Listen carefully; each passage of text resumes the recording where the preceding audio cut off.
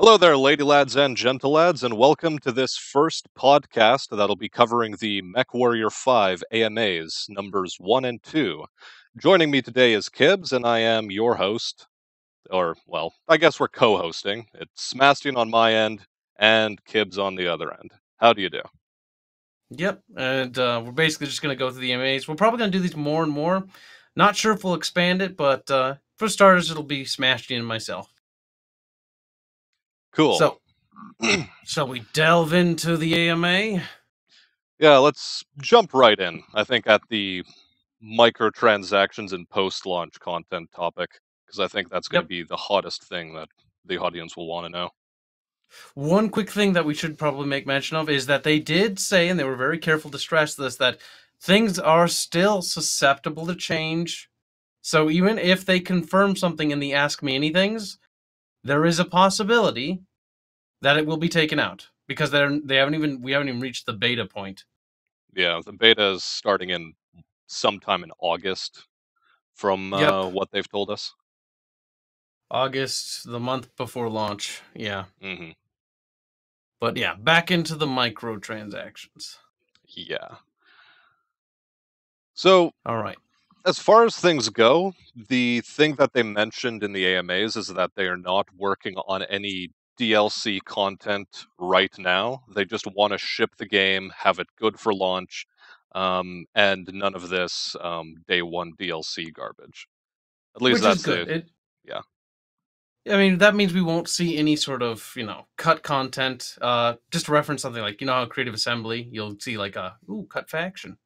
If you pre-order, you get it free. If you don't, you got to buy it afterwards. So that's good. Yeah.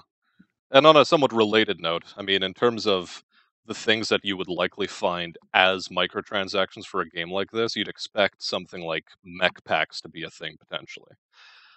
From the sounds of it, there are going to be 50 different mech chassis that you are going to be able to have access to, and each of those chassis are going to have a couple hundred plus sub variants. So, in terms of mech pack content, I doubt they're going to go for that immediately out of the gate. Yeah, probably not. And I'd assume for every mech pack that we do get one thing, this is again a little bit of, presumption and assumption. Because of how the game works, I'm imagining that it's very variant focused. So we'll get a mech pack. I imagine we'll get one mech per weight. So, light, medium, heavy, and assault. And I'm imagining we'll get at least, 1 to 2 variants as well, along with that. One of the next things that they also talked about is, especially with the game's endpoint being in 3049 or 3050, somewhere around there. Essentially it's super close to the clan invasion, or if not, taking place at the last second right as the clans show up. So one of the things they did make sure to mention was that they were thinking, and they have been keeping this in their mind, that the clan invasions might be an expansion pack. So more mechs, toppled with more technology and other technology coming back into the, the market, so to speak. Yeah. Like, if anything, I'd imagine, like, on that note, since this is going to be a fairly linear story-based or story mission sort of game, like, there are going to be side missions from the sounds of things, but there is going to be a definite main campaign. So I'd maybe imagine that they are going to potentially throw in some sort of clan mech as like a final boss towards the end or something. Who knows? That would be kind of a cool reveal on top of that. Mm-hmm. A little bit of a cliffhanger, even. Like a clan star versus two inner sphere lances, you and an allied lance. I mean, that would balance it out because the tech differential, especially at the introduction of clans being overly superior. Mm-hmm. And it really does depend on how they're going to balance them too. That's another huge question: is how they're going to balance new technology as it's introduced into the fold. Mm-hmm. For now, they are sticking to inner sphere content, however, because again, we're pre-clan invasion. So there, this actually does tie into a lot of other discussion about the content questions that were being asked in the AMAs, and specifically, one of the major topics was how much functionality will the mech bay have? So I don't know if you want to touch upon that, Kibbs. I'd say we'll get to the mech bay. We should probably just get through the microtransactions. Just because there's so much to go over, we'll probably end up doubling over these things. But again, there's a Yeah. lot to talk about from this AMA. I mean, we this AMA, we've spliced two different AMAs together as it so That's true. stands. Well, technically, if we want to be real anal, we could say 4. Because they Okay, have I could, 2 yeah. AMAs per day. But they're supposed to be, for people in different time zones. Hmm. But some new stuff does come to light. The next thing that we definitely want to talk about, and that was definitely being hinted at, because it's not confirmed. We do not know if Solaris, and for a little bit of context for people who don't know, in MechWarrior and in BattleTech, there's a planet called Solaris, Solaris 7. It's basically a gladiatorial world. And in the previous mercenary titles, like MechWarrior 4 Mercenaries, as well as MechWarrior 2 Mercenaries, I believe, they Hmm. actually had Solaris in them. And you could basically go there and participate in gladiatorial events, and it's themed and it's voiced by Duncan Fisher. It's pretty cool. Pretty fun little event. Hmm. But they did not confirm nor deny that it's going to be in there. So we put it up as a microtransaction possibility because that will definitely be a moneymaker. At least I could see it being. Because, I mean, who doesn't want to hear Duncan Fisher basically go on the fucking mic and Oh, start yeah, talking okay. about events? Oh, so cool. Implying they're going to have Duncan Fisher again, but I one may mean, we're hold out hope. assuming. Yeah, true. They might not have him voice act again, but it would be nice. Mhm. Or have that character, I mean. Uh, do you want to go every other? I mean, this is our first podcast together. Yeah. Um, I guess I'll cover the in-game economy bit because it does feed into the microtransaction stuff.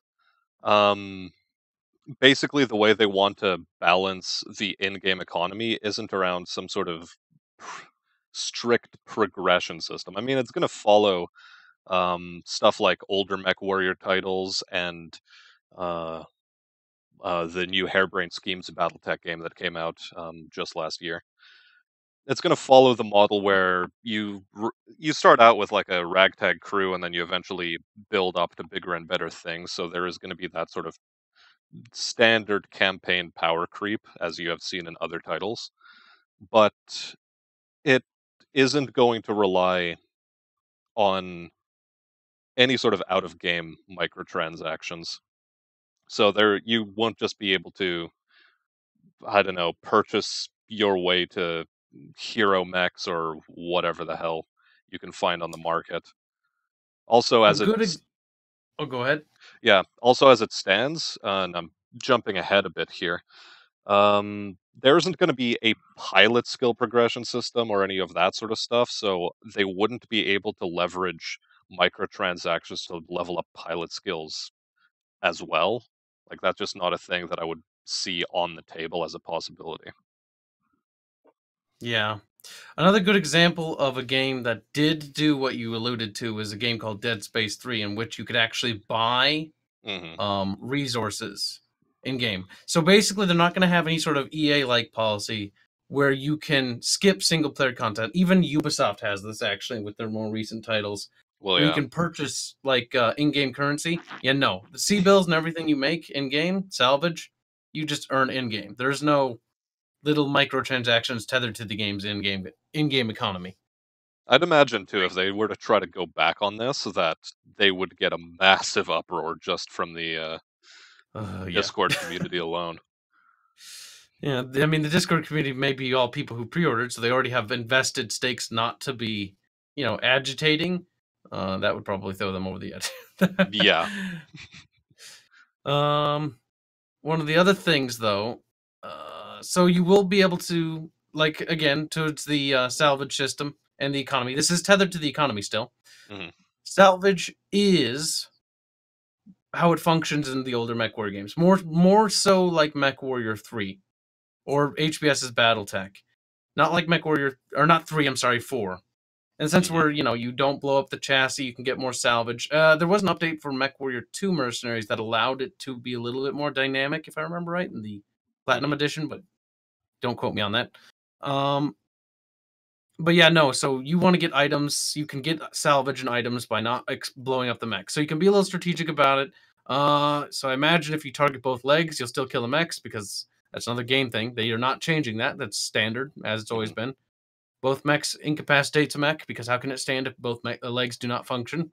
So it'll flop over, and then you can get yourself some salvage. That's the best way to get salvage, and I assume that that's going to be the same Hmm. as to how it used to be. Because in the older MechWarrior games, take out the legs if you can first, or core it out so you can get the weapons and stuff.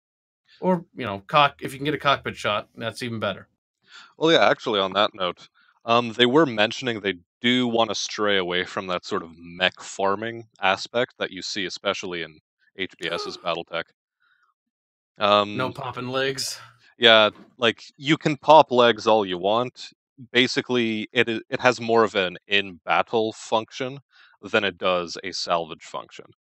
However, when Okay, it so comes to like there's a after balance. battles, yeah, but when You it can only comes to have some after salvage. battles, when it comes to after battle salvage, they're going to be relying on more of what they call the negotiation point system, where based on what your pre-contract, how many pre-contract negotiation points you invested, um, you are then able to pick from an expanded or a contracted roster of parts. And the more negotiation points you invest, potentially, the greater your chances of um, um, salvaging a full mech are. Okay. That makes sense. It's kind of almost similar to HBS's BattleTech with the slider, except it's like its own other currency at this point. Yeah. So we have two. That's actually two layers of purchasing currency, I should say. We got Hmm. C bills and we have These negotiation points, which we still negotiation don't know points, what the hell they NPs. actually are.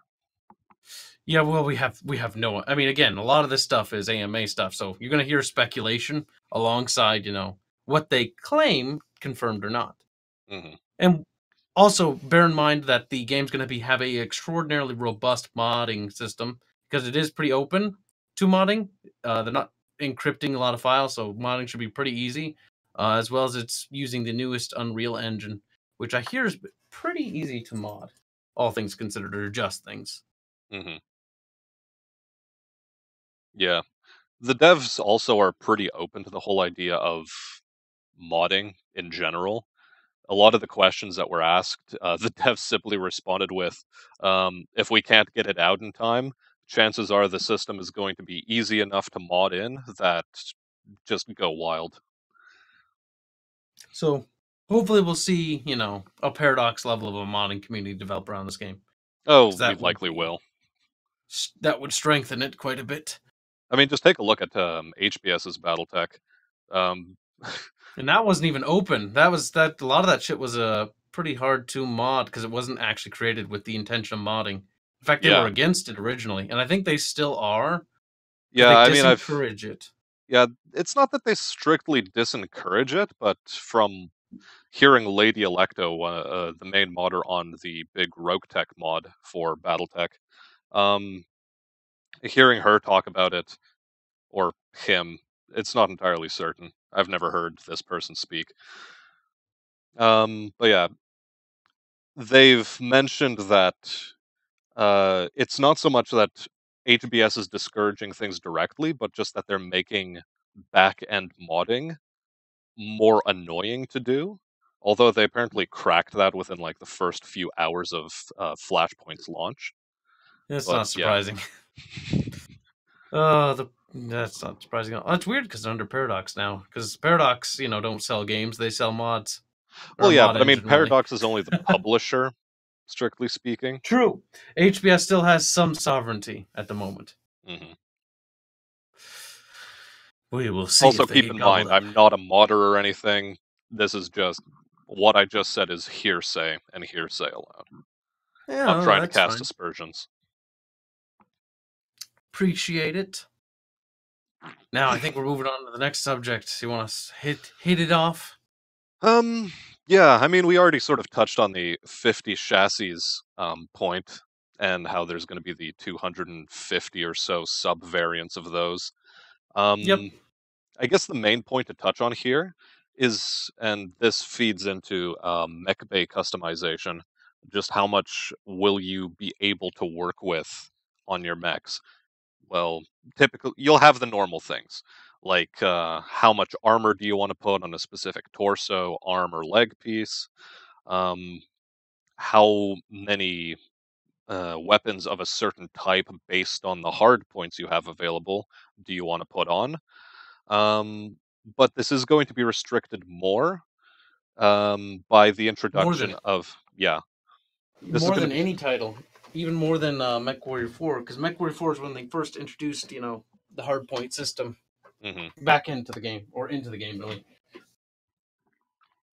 well, yeah. You won't be able to pull off stuff like MechWarrior 3, where you can just boat like the metagame there having been pick the best mech silhouette and just dump as many weapons into a specific torso as you possibly can, and then use the rest as a blade of armor, essentially. Yep, and it just turned it made the mech chassis have literally no value, which is kind of annoying hmm because it is all about your silhouette at that point. It's like, oh, I'll just pick the most narrow, hard to hit silhouette, and the bam can't be struck. Yeah. Got like 30 LRMs in my chest. I don't know how the logistics of those missile loading systems work, but damn, that's compressed. It's like rapid fire, like chain gun missile launchers. Who I mean, I knows? feel like it's just like a weird fucking tube of missiles or something in there that just spits them out. But yeah, the hard point system, to touch up on what you said though, is more restrict, and that is to the point where if it's a medium laser slot now, it's a medium laser slot only. And So they're yes, so like hunchbacks, for example, with their big old boom box. Um, typically, that thing carries an AC-20 on what is it, the 4G variant that carries that, or is it the 4K? the Hunchback. I'm not super. I think it's the 4G. Yeah, I think it I is think the the 4K is 4G. the laser one.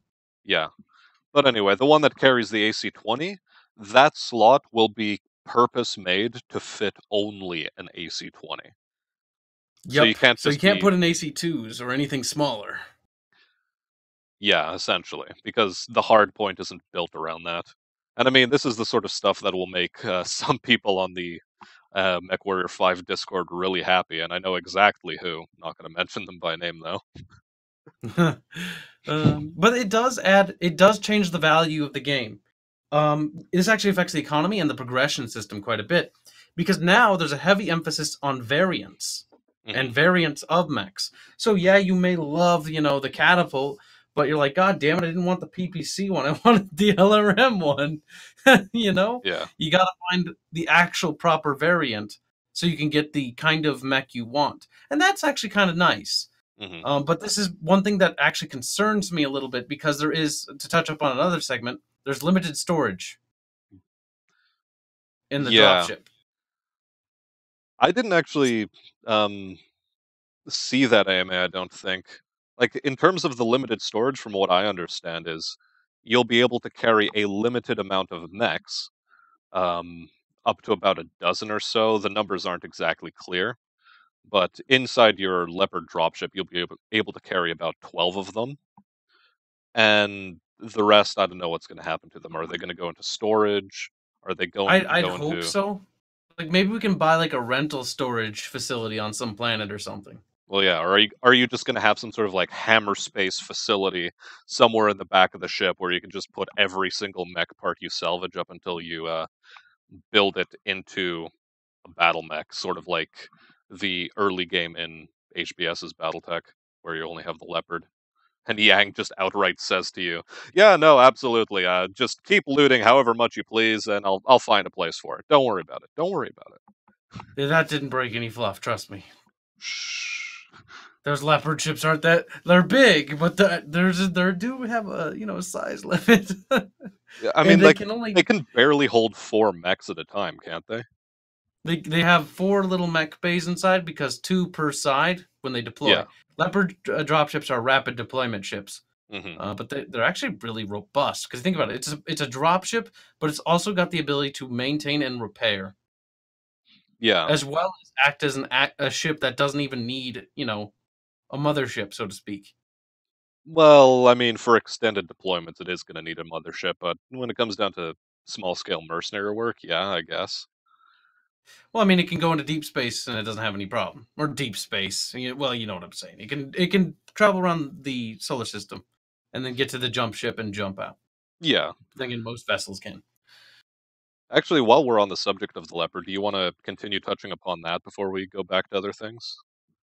We can actually, because there's actually quite a bit they actually mentioned about the leopard. One thing I know a lot of people have in their mind, and I had in mine, was progression. What can we do to the leopard? Not much. They did say that maybe we can paint it at some point, so we can Hmm. have different custom paints. Then they alluded to that every faction will have a uniquely painted dropship, which is good flavor text, flavor colors at least. That Yeah. way it matches the faction. Steiner's blue traditionally. Um, they did also mention, and the lead project lead even teased and jokingly said, but also said it would be really cool if you could eventually upgrade your dropship, as in get a different dropship, go to sphericals or maybe different types of spheroids. I mean, Was it a or Union even class that they were talking about, I think? he's like maybe make it so you could eventually get a Union class dropship. Yeah, which is what is a gargantuan ship. It basically feels a little army inside of it. Yeah. They're huge. I mean, the best comparison for people who maybe if it doesn't spark a memory, Star Wars Episode 2 of the prequels, I should say, Hmm. those big droid ships. That's basically like it's that. It's fucking huge. It carries Basically an the army center inside of it. for the Lucre Hulk ships, yeah? Like Yeah, that pretty weird much. spheroid center. It's got like a little entire military thing inside, complex, if you will. Hmm. But that would be cool. And also, I just want to point out that these dropships. One thing nobody asked. The Leopard dropship actually had turrets mounted on the side of it. Do they Yeah. actually work? do they shoot? Do they shoot when you're being extracted? Because that would be cool. Can your dropship be damaged and do you have to repair it? That is a question we need to ask next AMA. Well, yeah, we'll have to keep that one written down somewhere, definitely. Can we be blown up as we leave? Damn. I Big move. imagine they would not for gameplay balance purposes. God, I it would mean, be annoying if you just exploded. it's like, Get you didn't take out all the missile turrets. You thought you won this mission, but now you're wrong. GG, you're dead. Oh, that would be some serious balance issues. A Ugh. flaming comet streaks across the sky. And then you have to roll back to the main menu. Oh, Oof. Christ. I'm making it cancer. I'm sorry. All right, so you can tackle the next question because I tackled that one. Or Well, question. I'm not tackling questions. These are answered already. God damn it. We're the developers now, okay? I'll just have you know what's in the game. yeah, we're just like closet PGI devs, game testers. Like, you didn't know about us, but like, the truth comes out now. Where's my pay? That's what I'm starting to wonder now. We work for free uh, because we're just that passionate, aren't we, saps? we're such fucking fanboys. Good God. Yeah, Oh, I suppose we terrible. should go back to just tiny point additionally on top of the sub variant system we discussed a moment ago. Weapons. Since weapons are going to be hard tied to specific slots, like AC-20s and AC-20 only slots and so on and so forth, the main system of weapon upgrade or weapon tweaking for builds is going to revolve around HBS style um, weapon manufacturer plus variants or minus variants, that sort of stuff. So AC cannons that have more recoil but do more damage, and a lot of this stuff they say is going to be visually modeled as well potentially. They're just going to tweak it up or down based on gameplay purposes, just the aesthetic side of things. But So yeah, like a laser that's cracked. well, yeah, I a can't think cracked of any laser or way something. else it'd look. Maybe color wise. Either that or like pirate variants where it's just three medium lasers fused together in some unholy array that explodes your arm every time you fire. Looks like it's got some fucking duct tape on top of it. Oh, Oh man. absolutely. Oh man, pirate variants. Will there be pirate variants of mech? That's That would be great. I imagine, given that they have like 250 sub variants as a rough estimate, they have to they would have had to pad that out in that way. I'd imagine because They're it's more or less 5 variants per mech. It also really because they did say the game's centered inside the inner sphere, unlike HBS's BattleTech. So the odds of you encountering pirates is gonna be or should be a little less. But as you get closer and away from the center of the sphere, the odds increase. Well, actually, touching upon AKA way another piece, compare it. then, um, the devs did mention that you would be able to traverse the inner sphere from side to side. I mean, sure, you wouldn't be able to touch all 3,000 plus systems that are known in the inner sphere, but you will be able to go to the peripheries, I'd imagine. Uh, I don't know about that because they said we can go to all the major great houses, all five, and I assume we'll see Razzlehog form, so six in that case. Um, Hmm. but they didn't really confirm or deny if we can go to the Magistracy of Canopus, the Taurian Concordat, or the Outworlds Alliance, or any of the periphery states that are bordering. I would think so, honestly. I would think so because why not? Hmm. But yeah, I mean, I don't know. Well, I mean, especially given how Harebrained Schemes introduced what was it, um, the Arana Republic or whatever the hell it was called, actually. Which is canon, Uh, sadly. yeah, they made it canon, sadly or otherwise. Um, so I wonder, and as another question, to what degree are we going to see that side of things? In terms of story outside of the sphere, you think? Well, yeah, since they are a periphery faction, you'd expect like something like perhaps some interaction with Torian Concordat or the Arano Republic. I don't actually remember its name, but that is not it. It's the Origan Reach. You got the The house's Oregon name Reach. right. Yeah. Its name changes though after the whole fucking fight, and it stays the same on the map and the BattleTech HBS game. So I'm not sure if they're going to go through a different name change, lore wise. Also, that's going to be really weird because as a Also, fluff guy, like it doesn't didn't they make a get lot of like. absorbed? Do they? I don't know. I mean, they don't exist in any other source material. There's no written information in the fluff about the Origan Reach, and Hmm. to this day there is zero mentions of it. In fact, those worlds that are part of the Origan Reach were actually Taurian Concordat space for the most part. Yeah. So they kind of like erased a chunk. I mean, they didn't have any real lore to begin with.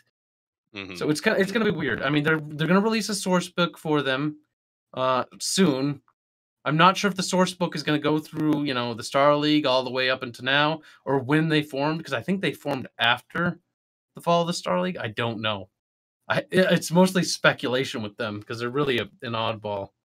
Well, yeah, they're just a faction for the sake of there being a faction, honestly.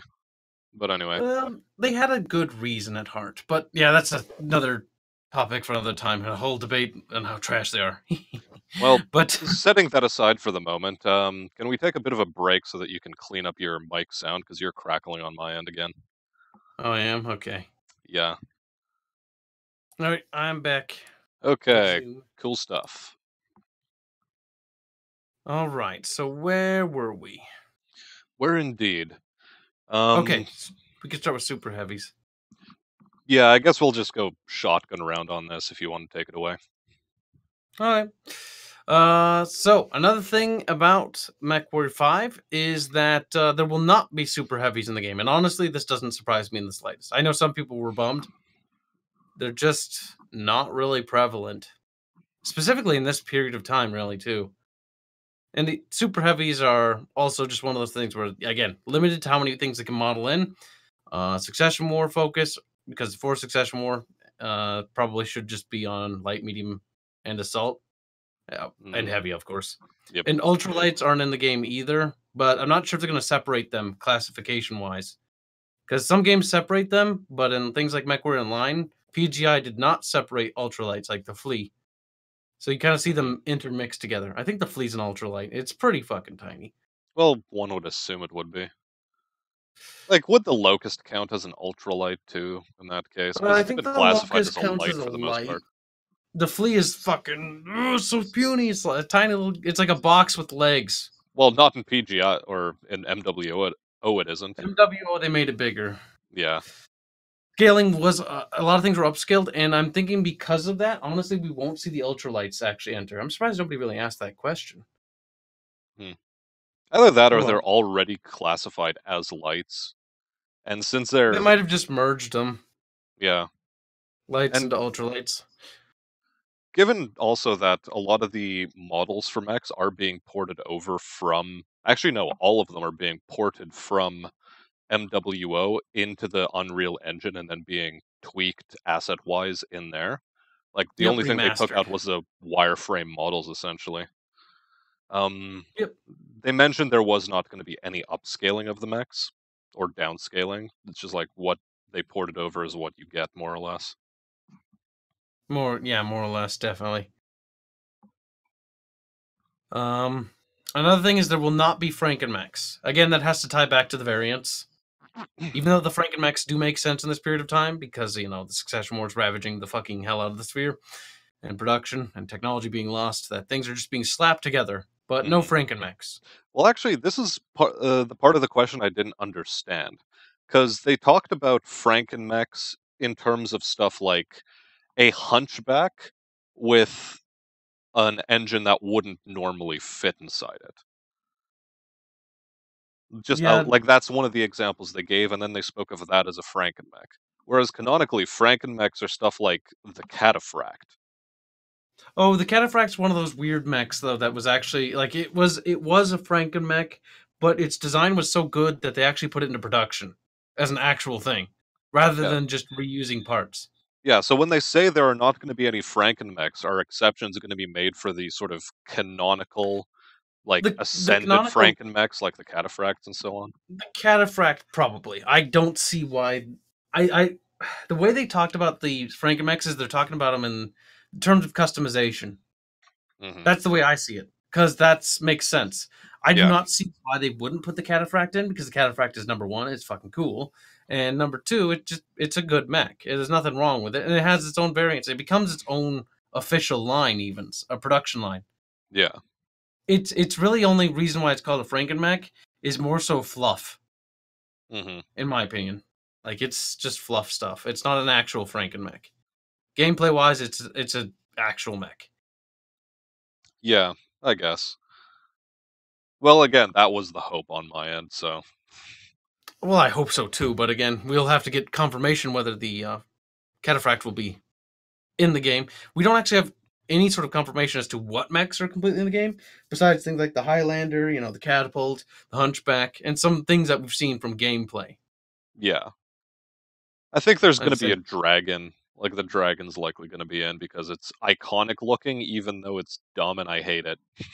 I've always hated the Dragon. It's one of those mechs that's just kind of retarded, fluff wise, and it's just don't like how it plays. It looks like a goddamn tractor or something. It's got a weird Yeah, torso. it looks exactly like a tractor. You can see it It's a as a track. farming unit. It honestly feels like it's an aggro mech, and the Star League sold it to the Draconis Combat like, oh, it's totally much honorable. And like, oh, we'll buy from you. That's honestly what it feels like to me. It's kind of just dumb. Hero mechs. What do you think? They were pretty vague on this, honestly. Yeah, same. Like, it's possible this might be DLC content down the road. I I'd think not. However, I believe they'd Yeah. have better things they could funnel their resources into, but then again, I'd imagine that would be a publisher decision more so than a dev decision. If they DLC hero mechs, I'd have to say I'd be actually upset about that because hero Yeah. mechs don't require you to remodel any mech. Like hero mechs are basically fluff mechs that were piloted by heroes that were specially modified by these characters. I mean, they So also, I they, think, they have did cool mention thing in that works. you'd be able to like modify those things in anyway. Yeah, modding them in is actually really easy because all you gotta do is, if you want the hero mech's custom paint, you just mod that in, paint it in, Hmm. and then on top of that, you just mod in the stuff that you want inside your hero mech. Well, yeah, like hard points. That's apparently going to be a very moddable thing. So Yes, even if you're especially triggered by the idea that you can only fit an AC-20 inside the Hunchback's boombox, then you'd probably be able to go into the Unreal Engine code and just tinker around in there and plug and play. I imagine the hardpoint system will be modded out by a modder if you're actually bothered by it. I just see that. I see that being the case. Yeah, that's a day one mod. That's what it feels like to me because it's like, yeah, no, I want to have a locust and I want to have an AC-20 on it. It's like, I mean, I guess. I mean, There's a lot it'd of be, people on the forums who are big fans of MechWarriors 2 and 3. oh god, like I love those games, but my always big flaw was the fact that it really like in terms of meta, you could be so cheap with it. You could just put all the DACA on the center torso. Like, why put it on the arms? If the hardpoint system, it's like, oh, you got to put it on the arms. It's like, okay, makes sense. Like, at least there's a reason to put a weapon on an arm. Yeah. I Because mean, otherwise, I'm never putting weapons on arms ever. while we're going off on this tangent, I'll also throw in like the bit about Harebrained Schemes of BattleTech and how they tried to go away from that by giving arms accuracy bonuses, so that if you fit weapons there, they get a +1 or +2 to accuracy. I forget what exactly it was, Any but rare weapons are not going on those arms. I'm telling you that right now. yeah, once the hardpoint system is modded out, like every weapon's going in the torso because you're going to be fighting from a first-person perspective. So Yeah, your aim is exactly as good as your aim is. It has nothing to do with a dice roll. But even that's true. then, energy Well, boating was they such could a reduce the massive thing in spread, BattleTech. but that they couldn't do for lasers unless they have weapon Yeah. spread. Oh, that'd be terrible. I hope not. Like weapons spread in what way? Like that As in, think of World of Warships. You shoot at something, but not everything's gonna hit.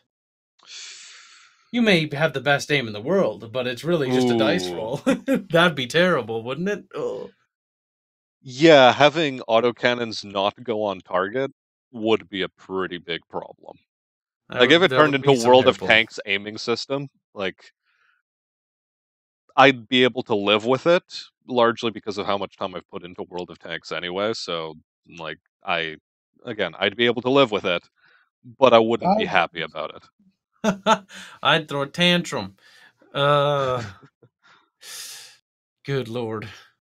All right. PGI mechs were also a maybe.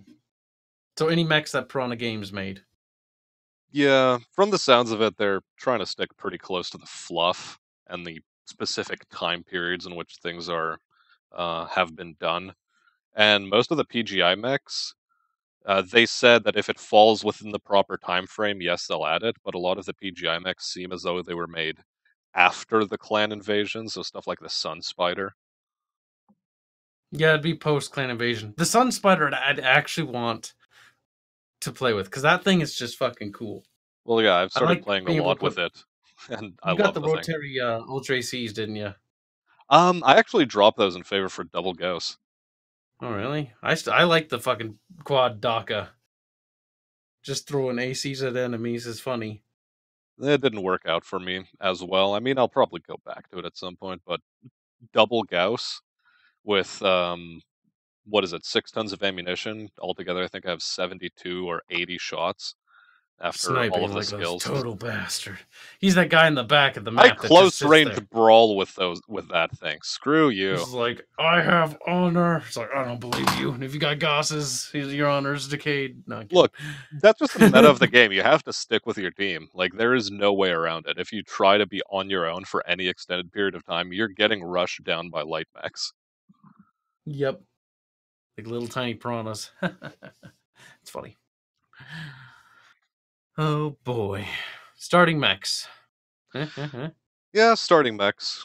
Um, you're gonna have a choice of 5 different sort of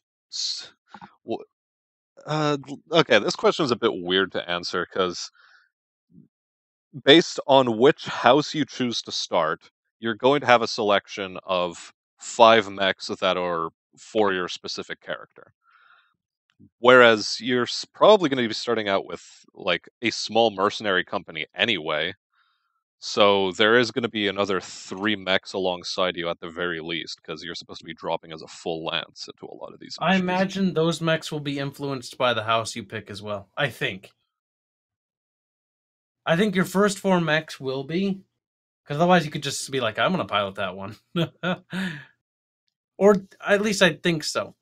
I don't know. So I really, think it's going to be that there are like going to be 3 stock mechs that you start out with no matter what, and that's what your AI pilots or co-op pilots are going to have to deal with up until you find better things.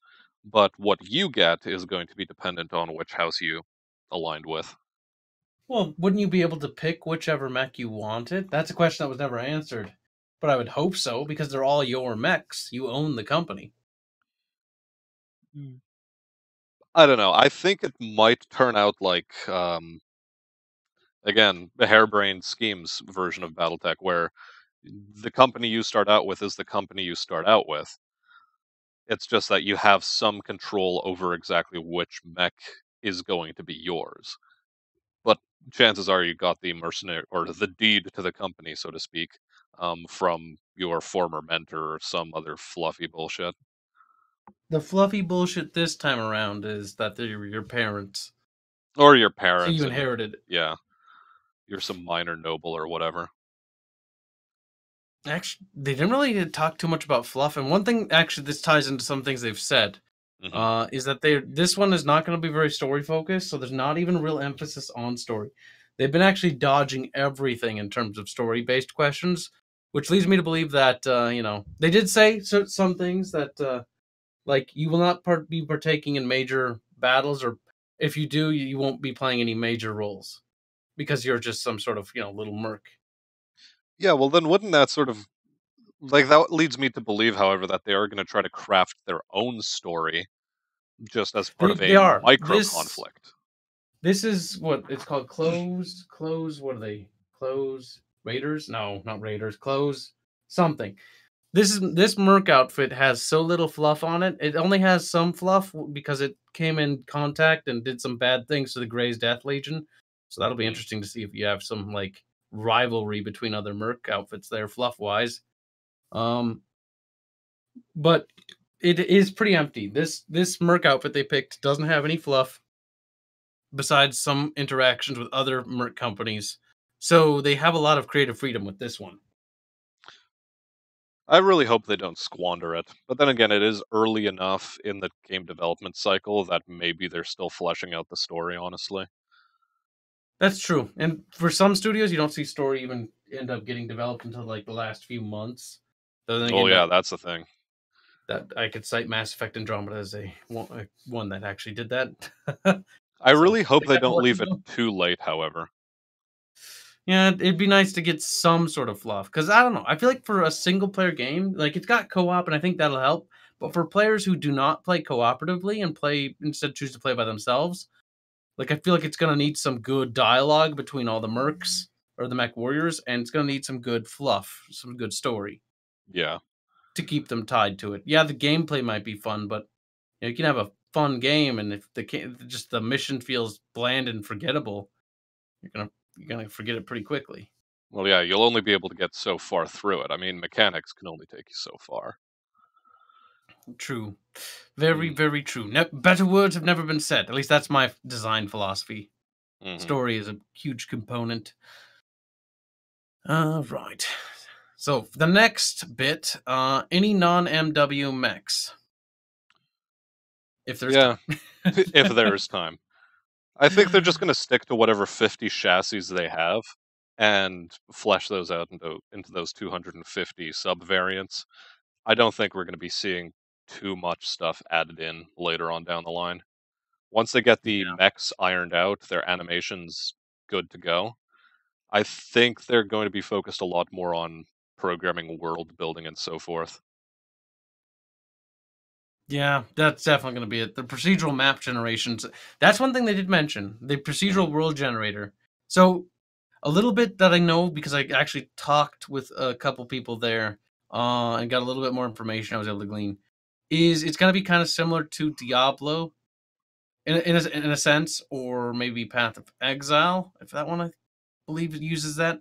With a sense where it basically uses pre-made map tile sets and then Mhm. mixes and matches those tile sets together to make a map.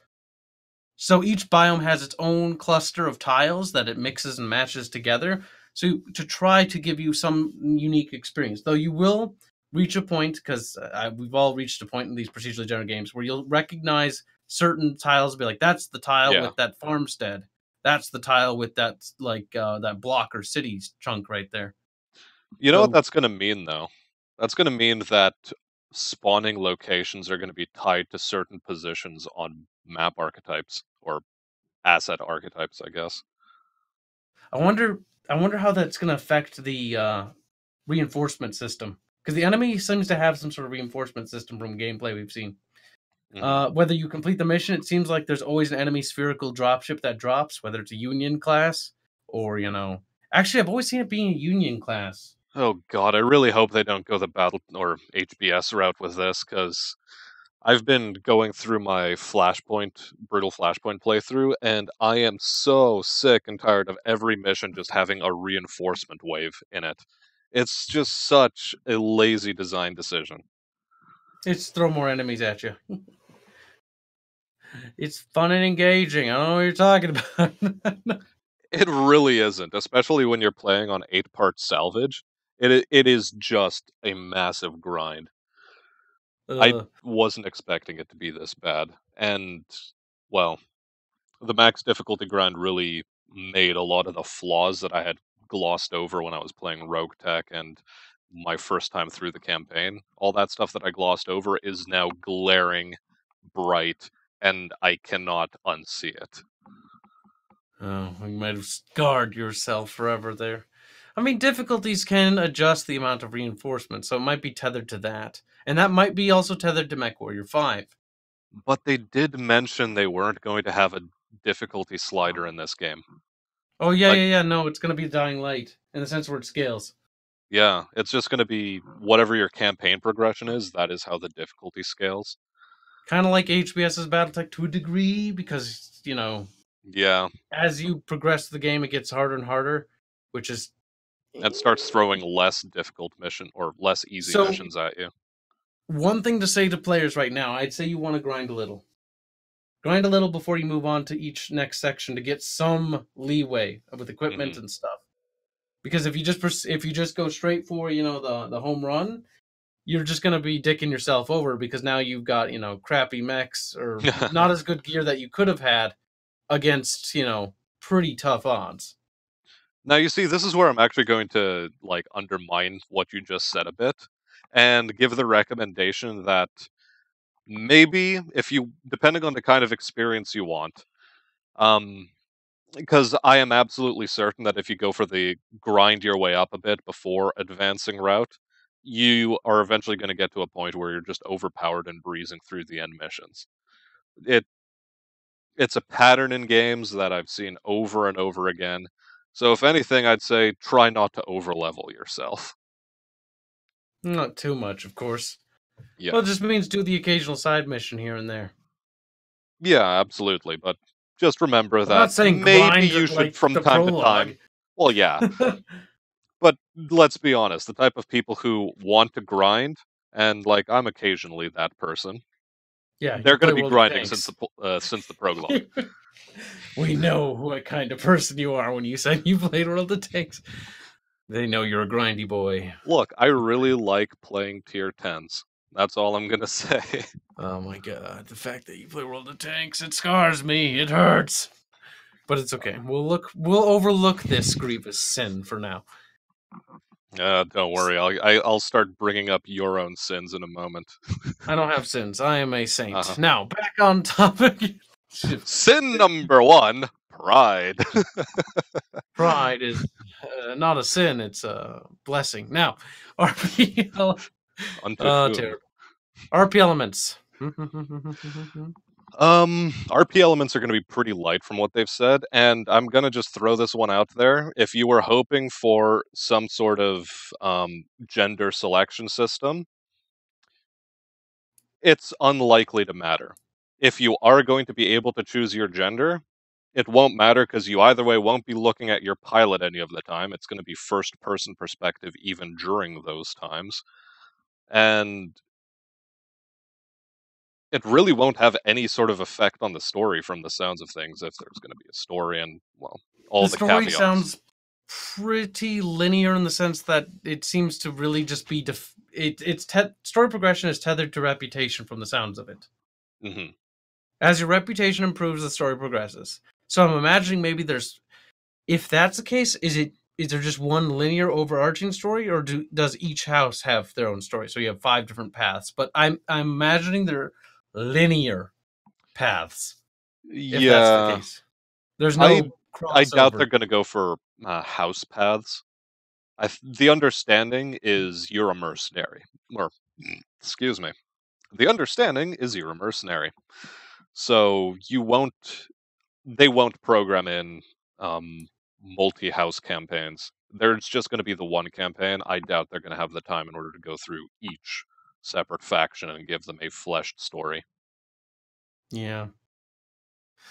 All right. Pilot skill management system. Your pilots are going to actually level up. So there will be some sort of RPG element, Well, then like to a it's degree. level up in air quotes. We don't really know anything, and they're not. That's actually in another AMA that's going to take place later. In fact, I What think that's the next AMA. perhaps like they still haven't mentioned it, or maybe I just wasn't looking at the MW5 Discord yet. But what they did mention is that the leveling up is more or less going to be your pilots are going to become more proficient at using certain weapon types or certain mech classes, possibly, based on how often you throw them into it. But you won't have to Yeah. manage, like, harebrained scheme style um, perks and so on. Yeah, no, it won't be nearly as intricate. I imagine it'll be kind of like the old Mech Commander system, where you got the 4 traits and they Hmm. just level up, and then you just get better at those things. There's a slight modifier, like gunnery. Yeah, probably. Not like with a perk system, but the way it used to work. Um, and then I'm not sure if they'll tether the leveling for those systems based on those actions actually being succeeded, like, gunnery successful shots and successful kills and stuff like that. Hmm. Not sure. We just don't know. Knockdown though, is not going to be in. They're really Yeah. saying there's way too many things of them saying like no.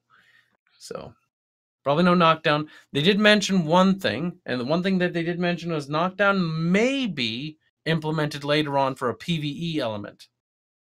I do remember them saying that. And again, with a maybe, assume no. I mean, even with confirmed stuff that they confirmed in the AMAs, assume maybe. Yeah. Until we actually get our hands on a playable build, assuming they don't assign us an NDA on the beta's launch, Hmm. we'll have to wait until then. Yeah. But on that note, while we're talking about collision, there were questions asked about like zero G environments and how will that affect mech jump jets and so forth, and how about walking through buildings? Is that going to be a thing? And destructible terrain overall. To answer them in the order I just stated, zero G environments aren't going to have an effect on your mech, mostly because the terrain collision is pretty wonky once you start dealing with or once you start tweaking the gravity settings, the AI starts screwing up, and then balance problems become a thing because you can just kit out, say, a panther to be filled with jump jets and just PPC people from the stratosphere on certain low G maps, which would be Oh, hilarious to do. And I mean, oh god. modders, please. This is a thing I do want to see. but Considering. Oh, go ahead. but yeah, from a vanilla game design perspective, they just they don't want to have to deal with that can of worms. Yeah, I just don't want to touch it. Honestly, I'm not against it because it does affect balance a lot. Hmm. But that would be a cool thing to mod in, and I imagine modders will mod that in. And I'm definitely gonna play with that, assuming the modders can get it to function without it being laughable as you just float off into the distance and never see the fucking planet again. Or what's most likely to happen is like vehicles will be traversing the terrain, they'll hit a bump, and then they'll just go Oh, a Grand little Theft Auto tank and just 4. goes flying. Oh, it's so cute though. It's a little fucking J. Edgar hits like a bump and then just zooms off into space. I imagine this is why they don't want to put in a knockdown model as well, How does because that affect helicopters? well, yeah, that's the thing. How will that affect the helicopters too? And it's just like that, just the physical model on model collision. I think they're trying to avoid problems with, well, polygons clipping into each other and the AI or the computer deciding, you know what? No, both of these are flinging off at max physics. See ya. Yeah, the minute a polygon goes into another polygon, the game is gonna row a bit of a tissy. At least the Yeah. frame, at least, going into each other. Which then begs the question, why are they allowing mechs to walk through buildings? Because there's zones, remember? But buildings do have actual resistance. They did confirm that. They didn't put it Yeah. into the actual build when people saw it, which is why it looks so retarded. So different mechs can crash through different buildings. Only bigger mechs can really tear through them with their own mass. Commandos will just like bounce into it and bounce off more or less. So you shouldn't see like a little J. Edgar tank like we did last time, fucking plow through a fucking skyscraper like it was nothing. That was Yeah. absolutely laughable. As it just like drove through it. Also, I do hope they improve the vehicle's AI so that we don't see tanks just drive into buildings and get stuck on them. Because I can see that happening. Oh, Oh, absolutely. AI pathfinding might be concerning. We'll have to wait and see. But how it works, enough tissying around, is basically there's a zone. These zones are actually made beforehand, so they match the tile sets already, and their zones are basically adjusted with different levels of resistance. Basically, it's a slow zone. Until the building's destroyed, there's a slow zone there, so anytime anything moves through that building or through that box, uh, it's slowed down or it's inhibited to give it a weighty sort of mass feel. Yeah. Yeah. Uh, Um. Well, I suppose we should move on, but before we do that, would you mind me taking a quick hop on over to the can? yeah, go ahead. I'm back. All right. We still have a lot of stuff to go through. Holy hell. If we can, if you want, we can speed through it. I've been kind of procrastinating because I don't really care Well, about no. how long the Okay. video is. If you don't care, I don't care. We can make this Uh, thing last 3 hours. It's oh, good fine. God. Well, I have other things I need to get done today at some point. Yeah. So 3, 2, 1. Okay, so Destructible terrain and bridges may be a thing in combat. Terrain, I don't know so much actually. I know that we're kind of vague with this, but I mhm, imagine voxel based terrain damage would fucking chug. probably. I mean, if there I were to be do like bridges damage though. craters made, you'd expect them to be something already on the map. The rest would be Yeah, like a basically it's damage like a sticker. thing that renders in or something like that. Hmm. Destructible terrain. So one thing in terms of that is like trees, basic stuff, maybe boulders, ice, different Hmm. environmental things. One thing though, bridges was mentioned and different weights were mentioned. They did say it was interesting, but they don't know about that yet. Yeah, I don't think they've really played around with the idea much yet. Um, Different bridges being able to support different weights. So a wooden bridge shouldn't be able to support anything that's heavier than a fucking tank, really. I mean, it's a sort of question of like, yeah, this would be nice to have, but maybe it would be better to focus on just the Other stuff standard at the moment. terrain collision model on its own and not have to worry about breaking through a piece of ice into water because they did also mention they don't want any underwater nonsense. Oh god, can you imagine like Ice World Combat and you fall through like the ice and you sink into the abyss? You're like, no. I'd Mechs can imagine only if that survive a were to certain happen. depth. Well, yeah, if that were to happen, I imagine they'd put a kill barrier down there at some point. Yep, the little block that just kills you. Hmm. You just explode. And While then the we're on it, camera watches your cut body disappear into the depths. yeah, Oh, like sad. Halo 3 style or something. Yeah, I know where you see a little body, like you hit a wall basically and it kills you. And then it fucking flips and hits and smashes into everything on the way to the bottom. Bonk, to bonk, to Oh, bonk. but seeing that for a mech model would look absolutely retarded though. Could you imagine an Atlas? I mean, look, the fallover animations in MechWarrior Online are already goofy enough, The king and the crab way holds they himself upside down. and the way they ragdoll is hilarious. Oh god, because like these things are massive, and the worst part is they put like a weird like weighty effect to try to make them feel like they're slowly falling, but it just looks even sillier as they're like tumbling slowly over each other. Like, ooh. Dramatic meth, Oh overly dramatic mech deaths. yeah. Ah! Oh god, there's some silly fucking ragdoll physics in that game for the mechs. While we're actually on the subject, we can talk about their quote unquote animation budget. Because they mentioned something to the effect of MechWarrior Online having 20 animation takes total for various things like taking damage, movement, and so on. Whereas MechWarrior 5, they said they have basically double that number, where 20 of those animation takes alone are for getting hit from various directions. Yeah, So things are going to feel a lot more meaty and stompy and weighty, which that's is good the though. aesthetic aim.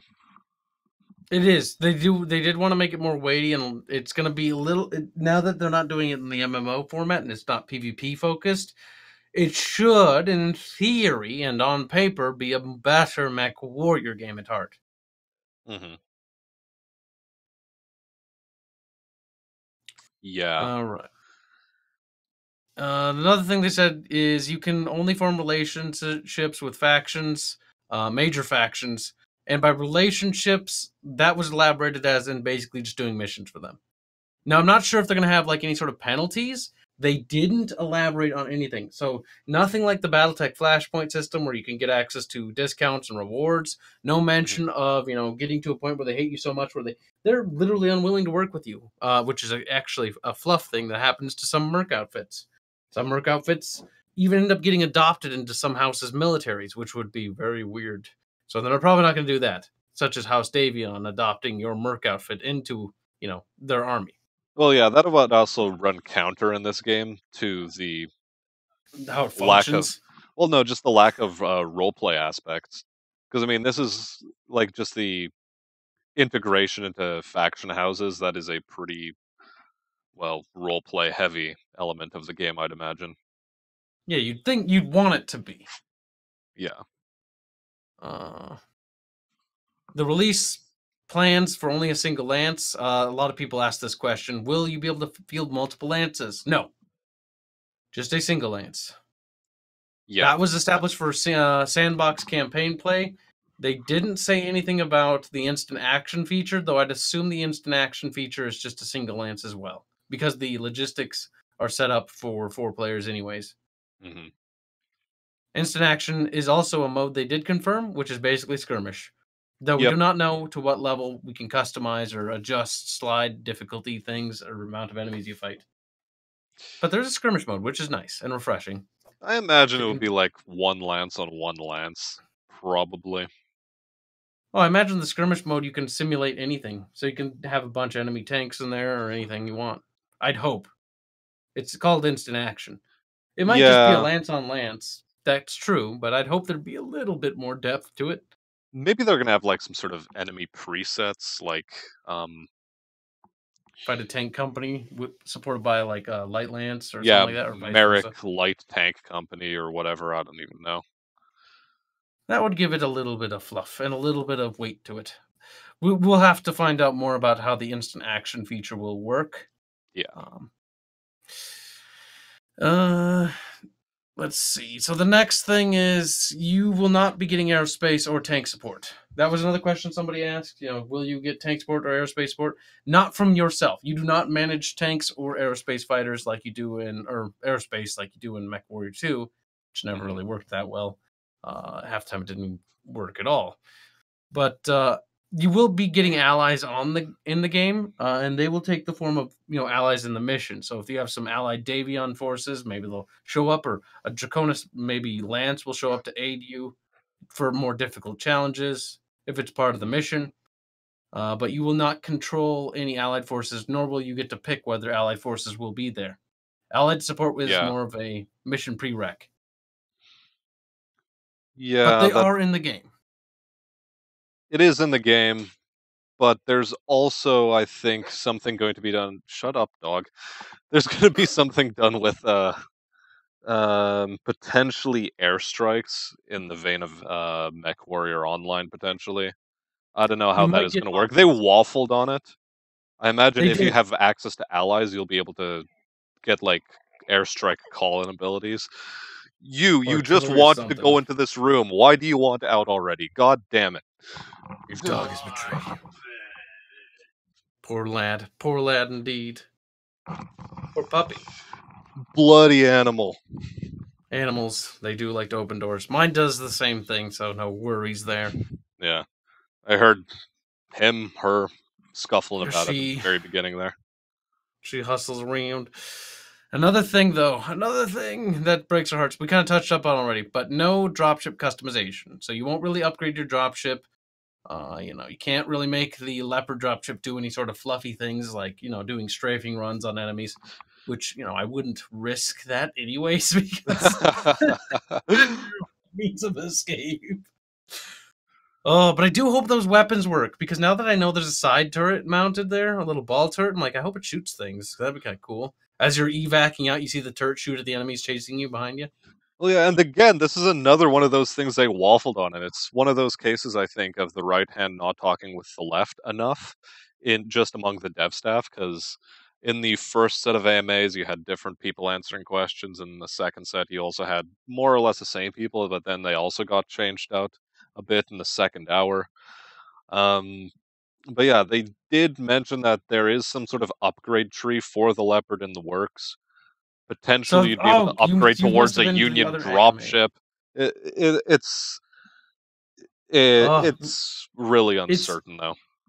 we don't know. The problem with this is, and this is the problem with every game studio, right? If you do Yeah, these like big AMAs with all their, it's awesome that they're as open as they are. I mean, I've never seen a game studio like bring in all these people and talk. Like these are just other people in the studio that they just bring in to talk. Not yeah, all of them even like know what. But here's the problem: in bigger game studios, unlike indies, and even in indies, actually, most hmm people don't know what the other side of the studio is doing at all.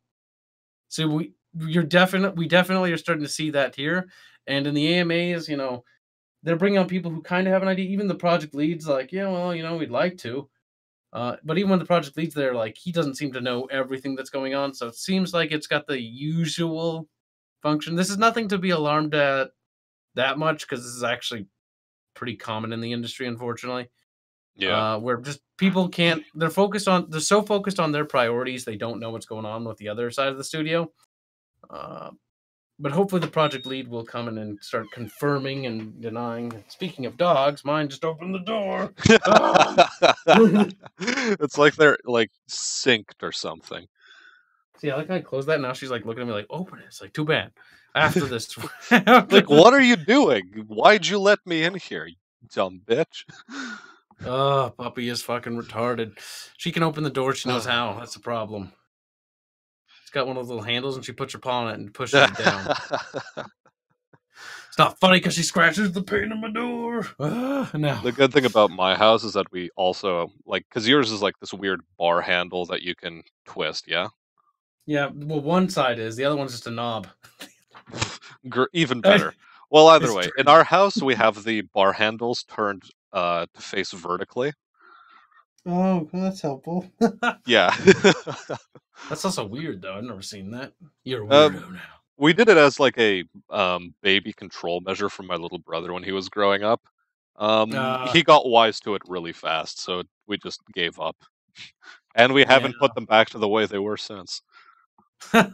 Well, why bother? It's kind of a waste of time and hassle and energy to really change that. So, I mean, whatever. I it's mean, it. literally a 5-minute fix, not even.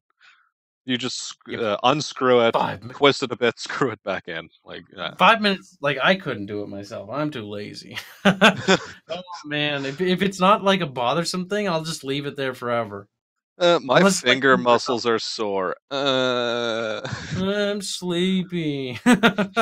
Oh god. Speaking of sleepy though, there will be no underwater. But I don't know how that ties into being sleepy. Yeah, nice. Like that is a Linus Tech Tips level of segue there. Well done. Speaking of, tie-ins, but like being underwater is kind of relaxing, except for when you start fucking realizing you need to breathe. But maybe it's relaxing for the first bit, and then you And then spurge, you're just permanently relaxed and then you're just forever. you float up slowly dead as the gases in your body expand. All right, so But they did now for confirm a proper 20. segue, while we're talking about I'm biomes. gonna beat you before you get a chance. 20 plus biomes are confirmed. No underwater was confirmed. They did confirm moons. And some of the Yes. stuff they did confirm, because I remember they said glaciers, aka ice, things like the Grim Plexus. They kept alluding to alien things, maybe like the Viridian Bog or things like that. Um, Bismuth styled things. yeah, just Rubellite weird looking Oasis. things that are definitely more fantastical. I mean, BattleTech is a fantasy universe, not Mhm. not like it's fantasy in the It's sense that space fantasy. yeah, with space knights and shit. Um, there's desert canyons, there's desert and dunes, there's jungles, mostly Terra-based things. They did say that they might add more biomes later, and they definitely want to. They did allude to that they did want to do an underwater biome, but they just really didn't want to waste resources in this one really weird biome Yeah. just yet. I mean, that might be a potential DLC target. Here's fingers crossed, hoping. You can go Um, to like a water world where there's underwater cities, because that's a thing. That's canon. That's fluffy. yeah. But I'm going to slag them off a bit here and say that one of the proposed ways in which they would expand or the biome number would be expanded is that sure, you have your 20 plus base biomes, um, but the sub variants are stuff like Desert Canyon with lightning in the sky, Desert Canyon with rain, Desert Canyon with slight fog. So Yeah. basically, weather effects count as biome variations. Wait, did they say that? Yeah, they basically said that they're going to Why? introduce like variants in that vein. And it's like, oh look, it's this canyon, but now it's got lightning. It's like, whoa, guys, I'm so fucking I'm baffled. tripping. I'm tripping. Oh my god, it's got lightning now. What does lightning do in terms of gameplay? Well, it just looks like pretty. Visibility obstruction Ah. and mood lighting. Both of these See, things. I want like some sort of like retarded fucking radiation storm from one of these like Succession worlds, where like Yeah. it fucking like irradiates the pilot and you just liquefy in your cockpit, and it's just over, game over. Yeah, they did mention also that none of these extreme weathers are going to have any specifically damaging effects on you.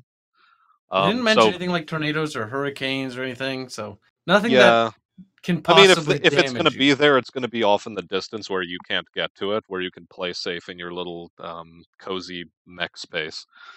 We're safe here. That's just a spooky, ominous thing in the distance. But there Yeah. will be weather effects on the map, and they will actually, at least at the very least, sort of change up the atmosphere, perhaps, if nothing else. Well, that and force you to use stuff like heat vision and night vision because night maps are going to be a thing, obviously. Um, Yep, but there's not going to be which is any fun. acid rain, no radiation storms, as fluffy as they are.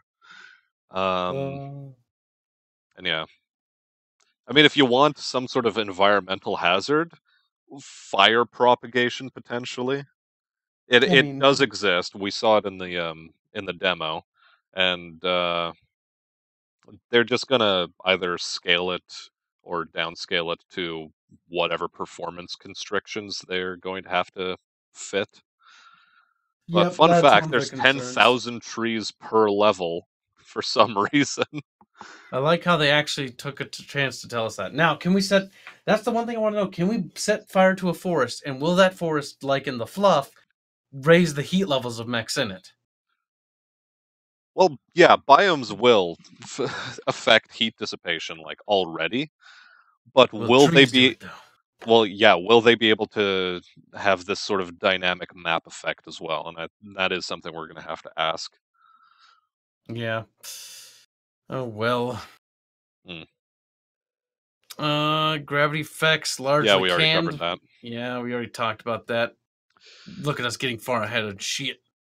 Well, I mean, a lot of this Non. stuff ties into each other so well, and once the conversation starts flowing, then you could just get through a lot of stuff quick.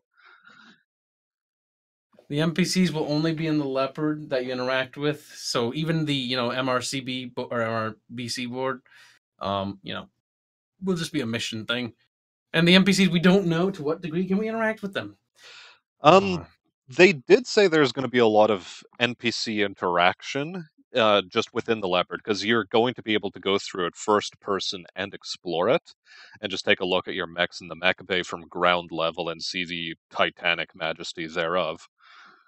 which Um, this is one thing that's actually really cool. We never have ever had a chance to go inside one of these ships in the BattleTech games ever. yeah. This is our first chance to see the interior of a Leopard dropship. That's pretty cool in its own.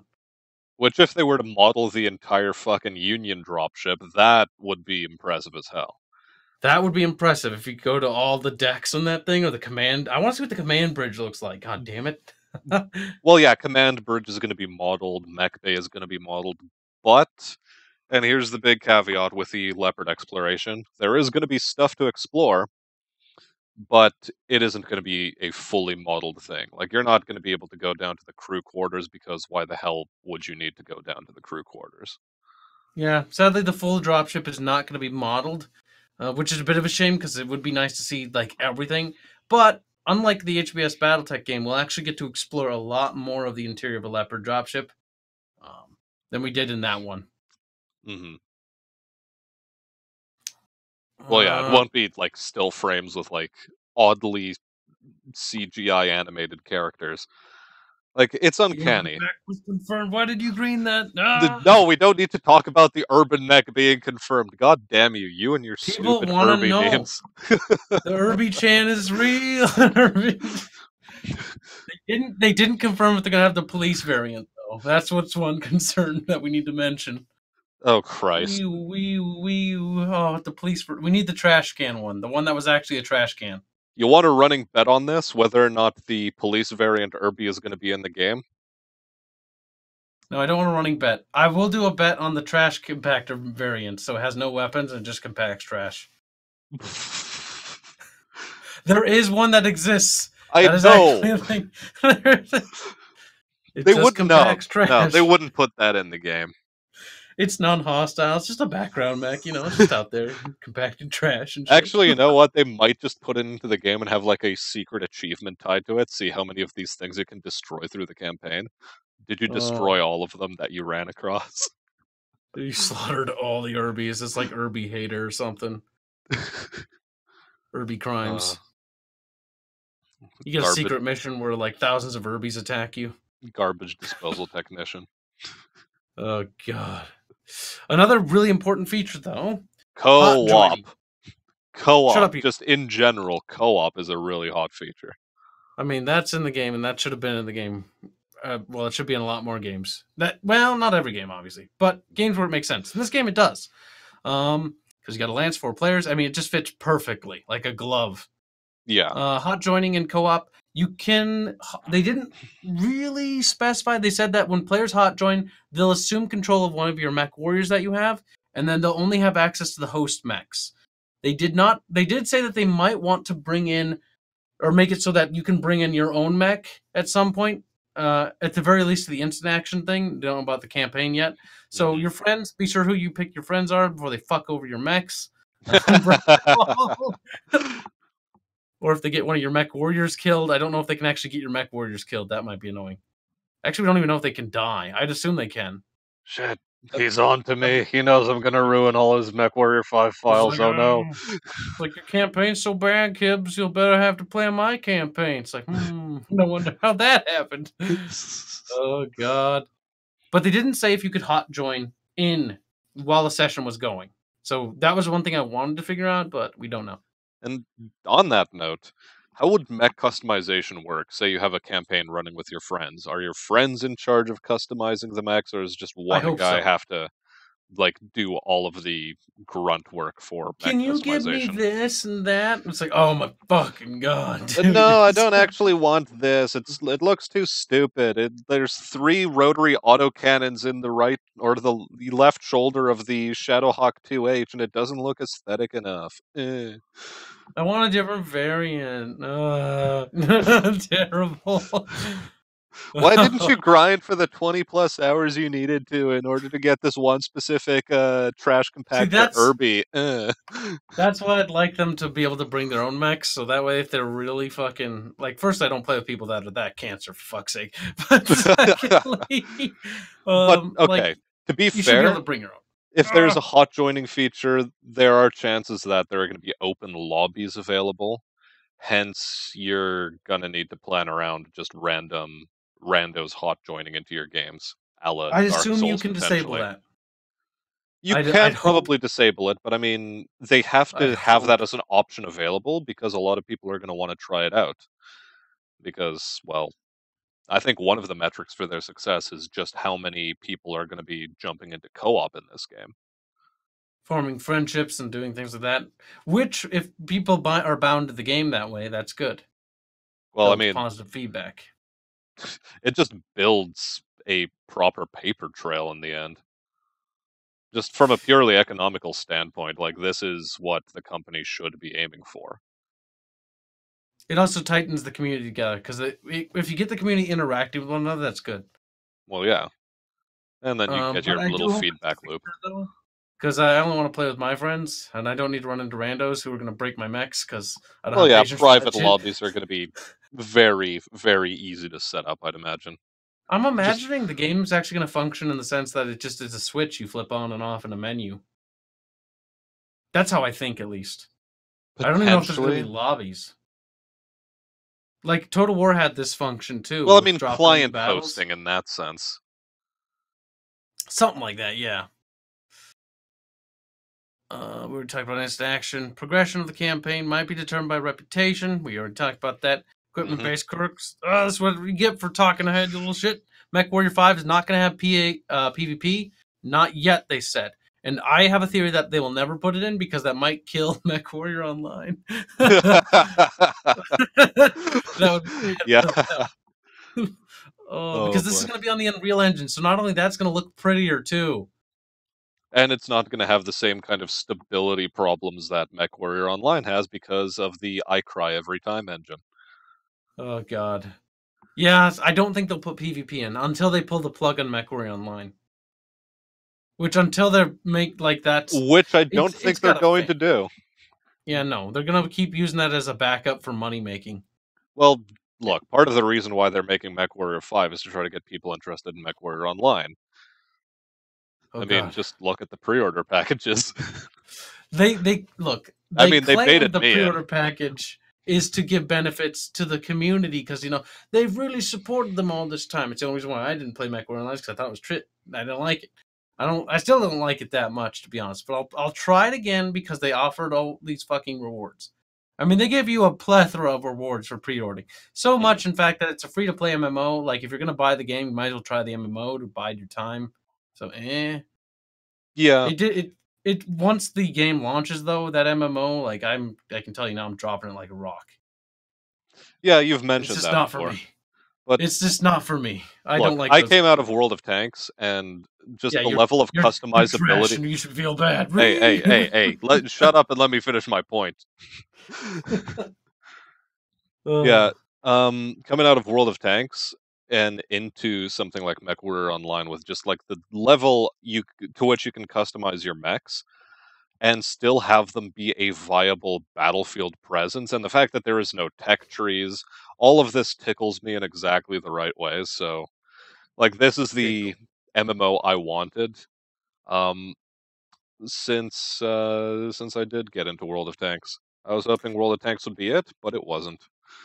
To be fair, MechWarrior Online as an MMO actually has some of the more redeeming things, such as no tier system, so you can go and get whatever the fuck you want once you earn for it.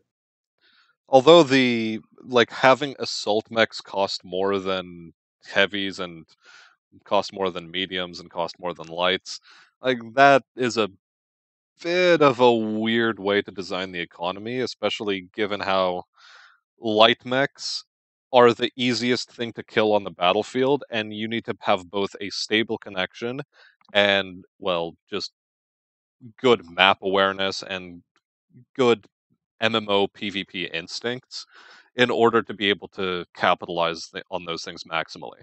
So why the hell are they the easiest thing to get your hands on? They want more people to die. uh, Yeah, nah.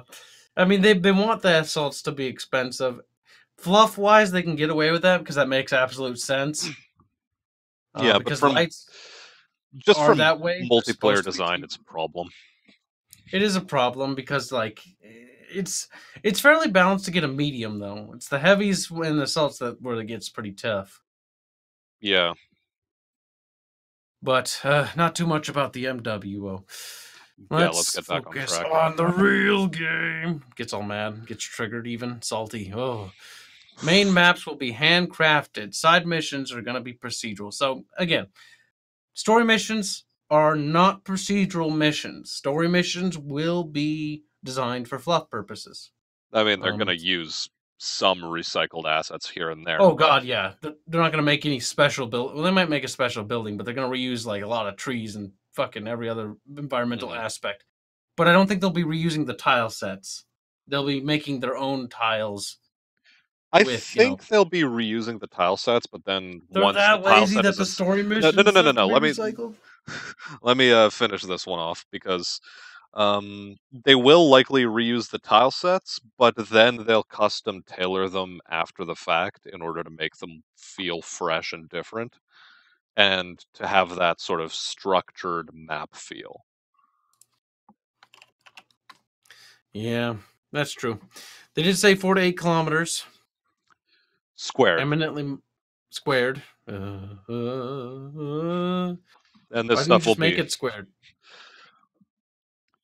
well, okay, look, do you want your maps to I'm be a four commenting to on how eight kilometer line, just like a one-dimensional line? Like, here you go, this is your map. That's You're kind of funny actually though. playing a side scroller. You're welcome. MechWarrior 5 Mercenaries is actually a game for the Super Nintendo Yeah, again. it's a side-scrolling platformer. See, Oh, they'll that'd be able be. to implement death from above mechanics. You pilot a Highlander and you Goomba stomp people into the dirt. It's great. Oh god, a MechWarrior side scroller. Like, if you could think of something that just doesn't fucking sound fun or good, there you go. There's certain games that just cannot cross over to certain genres, and that is one of them. I no, Oh, I challenge someone to make a side-scrolling MechWarrior it's so dumb. Like an aerospace maybe game. Like you could set it in the BattleTech universe and run away with it, but fucking no. game. Stop. It's time to stop. Something like a Karaga. There you go. Uh, Major BT lore events will happen, but you won't take part in them. You'll just see them in the news feed. We Hmm. talked about that though. Yeah. You'll be a cuck. You'll be like, "Oh my god, the Battle of Tukien! Wow, I can perhaps partake in the fate of the whole sphere." I mean, why would Comstar hire a mercenary? I mean, they could be desperate, I guess. uh, Implying there weren't some mercenaries hired on by any of the houses who were involved. yeah, true, true, very true. Well, no, they did hire mercenaries. I mean, fuck, they were scraping the bottom of the barrel in the clan invasions. They were getting Hmm. fucked, and they were getting fucked good. Just ask Razzlehog. Oh, sadness. I I think feel bad Razzlehog now. actually got a better deal, having been integrated by Clan Ghost Bear, though. Yeah, they did. They became stronger in the end, but damn it, poor little bastards. I mean, they well, part of them will always remain. It's just going to be a little tiny chunk, Hmm. very tiny. Damage modeling. So yeah, no, they're gonna actually be tons of stuff in terms of damage modeling. They were actually very intricate with that. So after each battle, you get to look at your damage model, and like see all the different damages and things like that, like scars or laser burns or melted chunks or blown off segments, and watch your little NPCs repair it. Yeah. I'm wondering how that'll look. Actually, how do you think? They'd probably have some sort of pre-made animation loop, or whenever you're in first-person mode walking around the mech bay, the mech techs are just going to be on some sort of like break, or they're going to be working on a part unrelated to any of the specific mechs. Yeah, Because, I won't actually procedurally get put back, or procedurally, but actually, that'd be so cool if you or could maybe actually watch them robotic reassemble arms, it, just like, um, wiggling. well, yeah, just like wiggling back and forth between certain like contact nodes on the model. Yeah, just pretending they're actually doing stuff. I have to hover above this polygon, then I have to hover above this polygon, then I have to hover above this polygon. Cue spark animation, cue spark animation. Pretty much. It's repairing it, guys. It's getting better. Wait, is As it? it welds the leg off. Wait, isn't melting the whole the thing that got us into this problem? Oh my Snap, snap. god. Um, Just leopard dropship deploys. It opens the door. Just fucking parts fall out. yeah, that'll be your Oh, tactical leopard strike. It's just flies over the battlefield and just leaves a whole bunch of uh, molten armor, just rains it all over a bunch of enemy mechs. I mean, maybe it'll scratch their paint. I don't know. Oh, it's terrible. Oh, goddamn. But Engine yeah, meltdowns have been w- tested. yeah.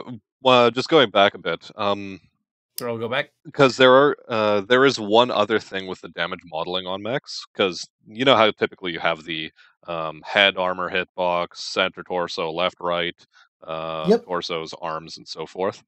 Um, any mechs that come with things like missile pods, so like the thing you'd think of first would be stuff like the catapult and the Timberwolf. Not that the Timberwolf is going to actually be in the game because it's the wrong time frame, but Yeah. things that have missile pods like that, or Catapult. There you part go. parts of the torso that jut out more than others, but aren't necessarily a part of the torso. So potentially things like the Hunchback's boombox. If those get destroyed, that won't necessarily translate into torso damage. All that will be destroyed is that specific part of the model, which you will then have to repair, of course, but it won't be counted as left torso or right torso damage. Which gives it almost even more depth than your average Battletech game Mhm. with its, basic damage system of arms, right torso, left torso, center torso. Yeah. And everything bleeds towards the CT. Which the question is, to what degree are they willing to mod that or develop that in? And on how many mechs would you see that as a feature? Because, That like, is a good question. on the catapult, the missile pods are typically considered to be an arm slot. Which is more or less fair. It's an easier way for reading it, Hmm. kinda, because it doesn't have arms. Yeah. Or will they actually model it such that, no, the catapult doesn't have arms, it just has these wonky missile pods? Leave them alone. They're just missile pods.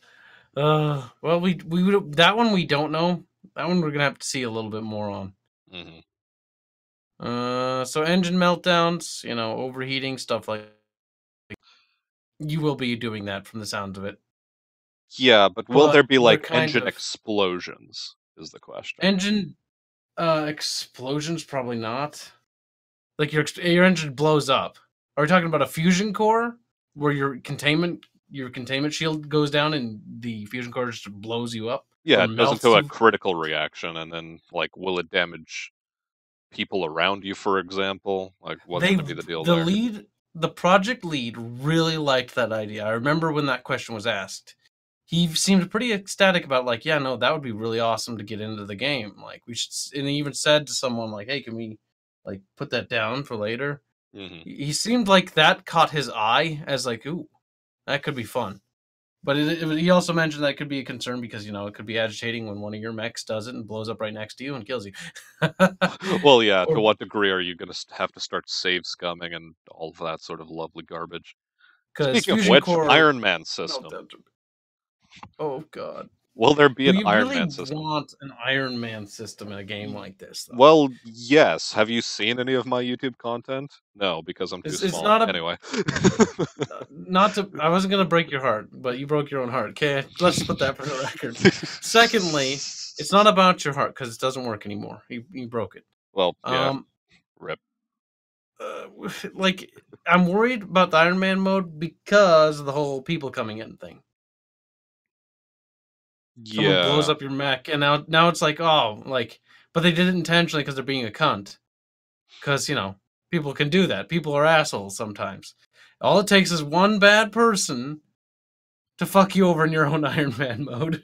Well, That's then all the I'm question would saying. be like, are they going to have a friendly fire setting on and off? That's a good question because I would actually turn that off because I don't trust enough of my friends. Oh God, they'll shoot me. Starts on like says earlier, oh yeah, I only want to play with my friends because I can trust them, and then it's like, yeah, but I turn friendly fire off because I don't trust Specifically, them. Bubbles has been known to team kill me more than I've ever team killed anyone, and I thought I was a bastard, right? Yeah, no, no. I've been team killed, I think, at least 100 times in Halo alone. But that's Oh boy. besides the point. Well, it's Halo. Team kills are a part of the game. If you don't like it, don't play. You gotta get the hit. It's a feature. Fuck you. Oh god. Airstrikes. We were talking about that in Mhm. testing. Ejections are a no go. I'm not gonna put it in because what's the point if you eject and now you're just like, oh, you're basically dead. Like you might as well just die like a man. Quit being a bitch. Mhm. LAMs are a no. No land air mechs. Because they one of the reasons they decided why they didn't want to do that is because number one, lore wise, what the fuck is an LAM doing in this period of time? They're pretty much like not in existence. They're basically at this point in time they're like mythics. Like, oh, what an LAM? Like, what the hell is that? Boss, that's fucking magical technology. Fucking no. There's no LAMs, and on top of that, they'd have to make the maps bigger to make it feel like they matter. Because LAMs are all about speed because they can fly for Well, short not only distances. that, but I mean, if they're already so hesitant to put in weird um, anti-gravity or zero gravity effects, then I imagine LAMs wouldn't fit well with that balance model either. Yeah. Mech warriors, you can fire and hire the little cunts, depending. And I assume as they level up, I assume they get more expensive. That's Hmm. how I assume it's going to work. Yeah. So maybe that's the reason why you'd fire them. I can't think of any other reason to fire a mech warrior unless in the initial game when you're picking out characters you want, unless they give you characters later on that are better. Potentially. But then again, it might follow MechWarrior 4 mercenary style, where you have like various bits of chatter and from each of the specific mech warriors. And They have personality to a degree. yeah, but when it comes down to bunk space, well, there's only so many of them you can have, and there's more of them out there than you have bunk space for. And you want to try them all. So that's good, yeah. Mech sizes, moddable. They did say something about it being basically a slider, so modders can turn it up and turn it down depending. But yeah, I think we already Um, said that what they ported from MechWarrior Online is basically the yep, size that's it's the going to same. stay. Now we're on to the quality of life. Wow, So, we're screen halfway buff. through.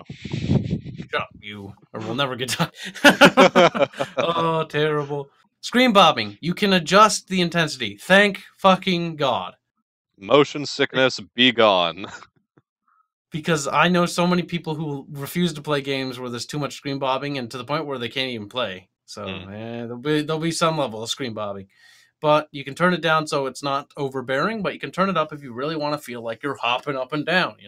Well, yeah, I mean, again, pick your intensity of flavor for um what's what am I going for? Stompiness. Like how heavy and stompy do you want to feel? Yeah. Here, you could start them off too. I know how to do them all. I'm just Yeah. saying. So, in terms of, I don't know how this even was asked as a question, but like, what is up with like external and internal armor? Well, I assume what they're talking about is having the sort of exoskeleton armor plate and then the internal structure. Are they Yep. those going to be separate things? I assume that's what was being asked. But Yeah, no, I again, do why would remember you that ask this question. question? This is BattleTech we're talking about. Of course, there's going to be Every internal game, structure. yeah, every game's had it, so I don't see why if they removed it, I'd be more concerned if anything. Were they Like, talking about case systems, maybe? no. They were. I would remember because I actually heard the question asked. They were Okay. asking if the game would have external armor, as in the external armor value and then the internal armor value. Hmm. It's a weird question to ask. Well, it's weirdly phrased. I'll say that much. But Yeah, yeah, that's been confirmed. We'll put that in air quotes. like you Um, can look at the gameplay and it shows you that it has it. Back to actual quality of life features, however. Localization and color blind modes. So, in order, for localization, the dev team is aiming for an eFigs launch. So that is English, French, Italian, German, Spanish. Um, They'd like to get more localization down the road, but as with most games, eFigs is the standard sort of thing on launch. And if you're a Japanese player or Taiwanese, Indian, unfortunately, you may have to wait a while. Yeah, Either that or wait on the mods to do a lot of things for you. definitely. But yeah, And then colorblind modes. colorblind modes, core design. They're gonna take this into consideration, but there's no real settings in yet. Well, yeah, Not even in the works, actually. yeah, they're not planning on having to, well, develop a colorblind palette swap. So what they're just aiming for is that your internal HUD is already going to be a version of a color that is already visible to most colorblind people, so that the most important information you will have access to.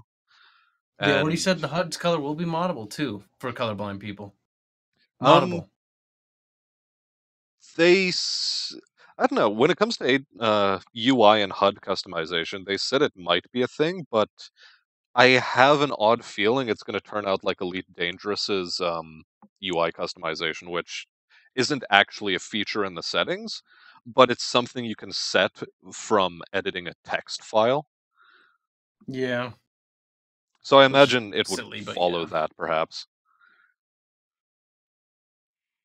And but yeah, unfortunately, there isn't going to be a on launch colorblind target indicators or whatever, or colorblind friendly target indicators. Now, in terms of further like quality of life things, um, what is the possibility of virtual reality or track IR compatibility on launch? Virtual reality, I'm pretty sure we all know what that is. Stuff like your Oculus Rift and so on. But track IR, for those who don't know, is a sort of infrared transponder that you can attach to your headset, and that communicates with a receiver you put on top of your monitor, and it tracks subtle tilts of your head, which then translates into quote unquote head movement within a game. So the compatibility features for those, if I had to guess, Track IR would get it first, and virtual reality would be a thing that's way further down the line, because I don't think they're really going to be planning around having that as a functionality. Yeah, me neither. Honestly, from everything they've said outside of the AMAs, because the devs do occasionally say stuff, they haven't sounded in favor of VR. Like, it's neat, but it's one of those things where, our idea is to make a good game, and we can't really shift attention away from that. And that is understandable because making it VR compatible is actually not as easy as one would think.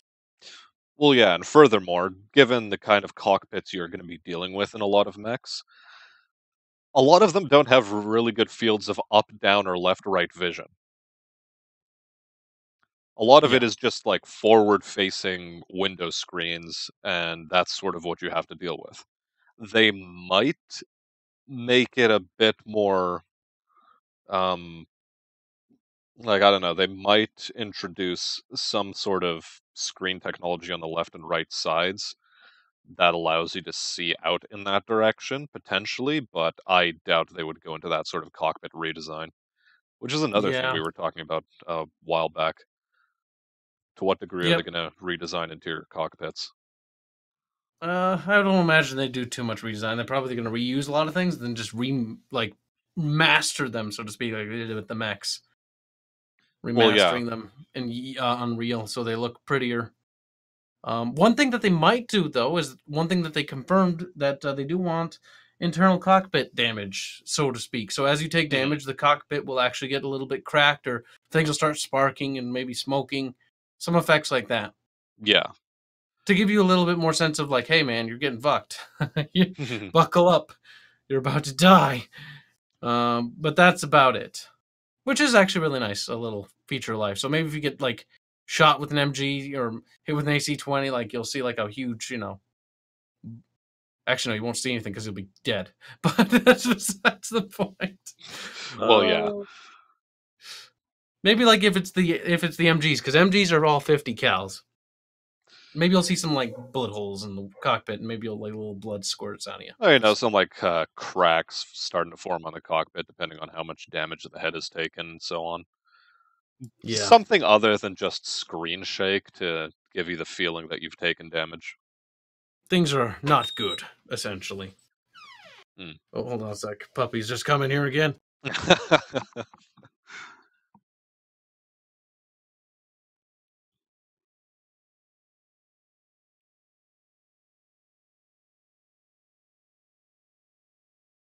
Okay, I am back.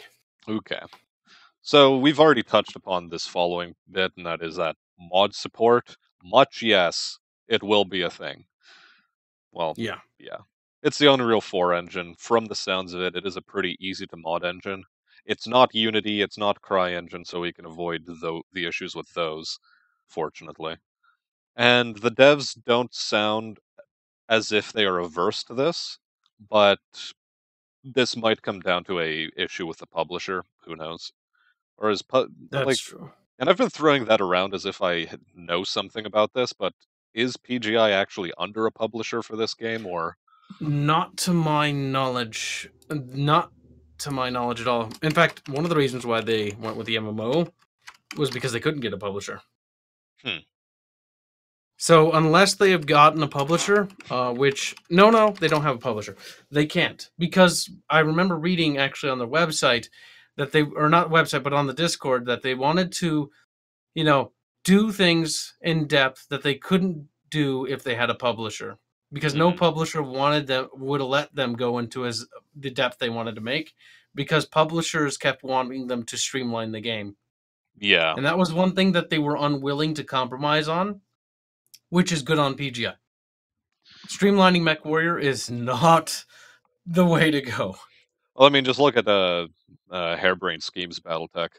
The major complaint from the mod community, and like even I'm coming around to this largely because of my aforementioned brutal Flashpoint playthrough. Which, God, why do I even continue that series? Anyway, waffling aside, um, that game is streamlined in a lot of ways, and I just find it a pity that it took me 300 plus hours to figure that out.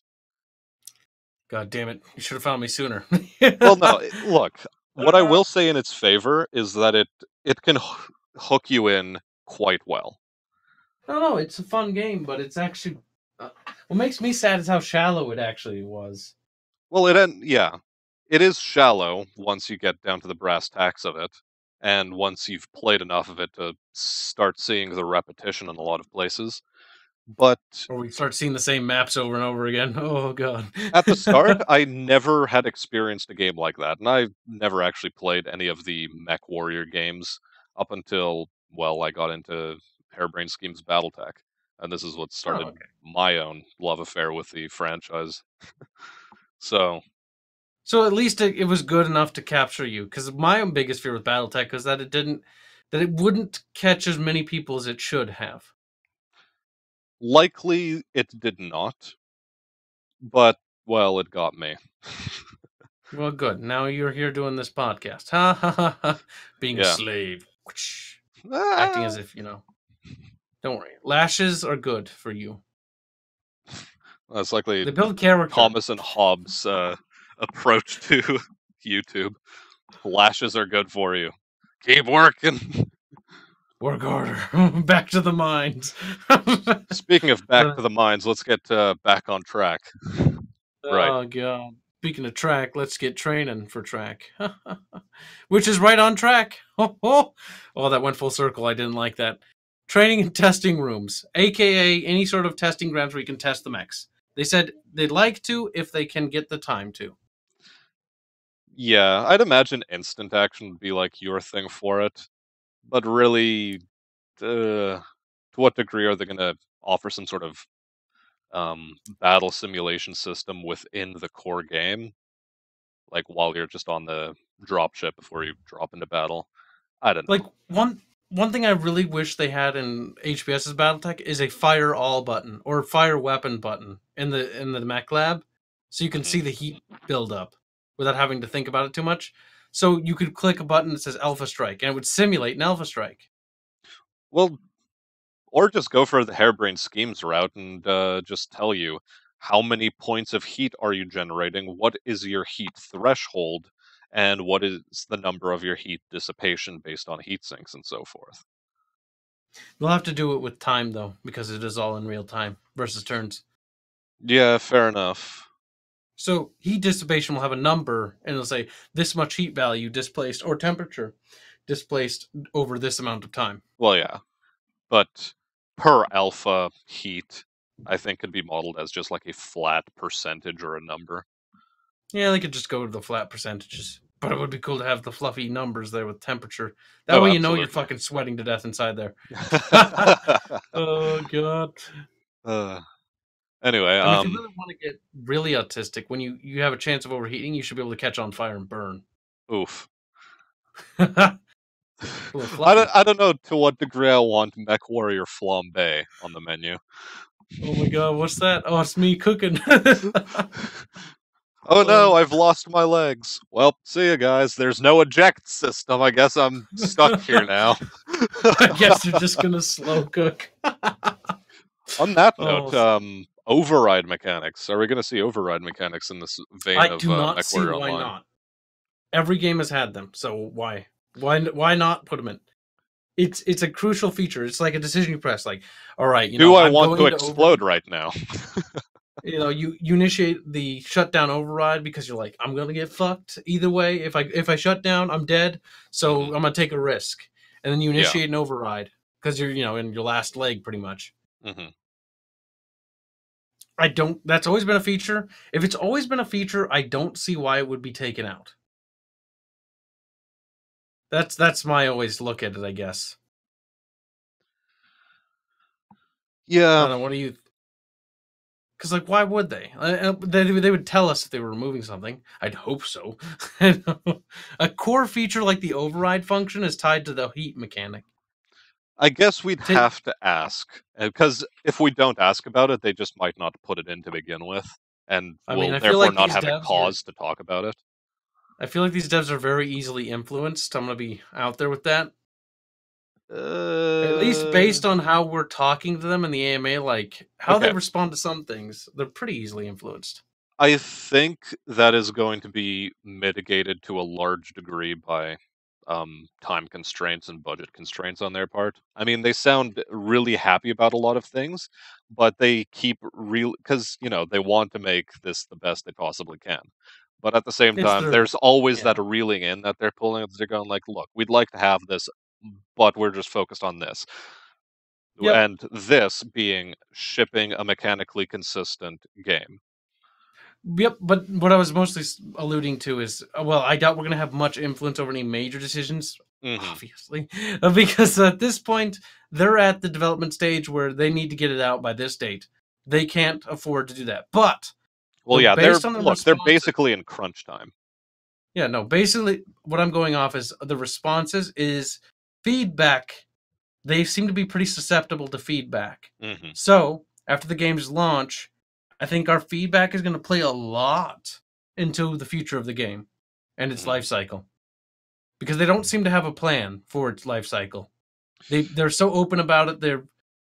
That it screams that they don't have a plan. Uh, I mean, there's certain things we can guess, like Solaris being a DLC. If it's not in, I assume it would be, but I don't know. Then there's things like the clan invasion, but Hmm. there's certain things like that they just don't talk about. Like, yeah, we just don't know. They're too focused on other things, so they will be open to ideas after launch, post launch of the game.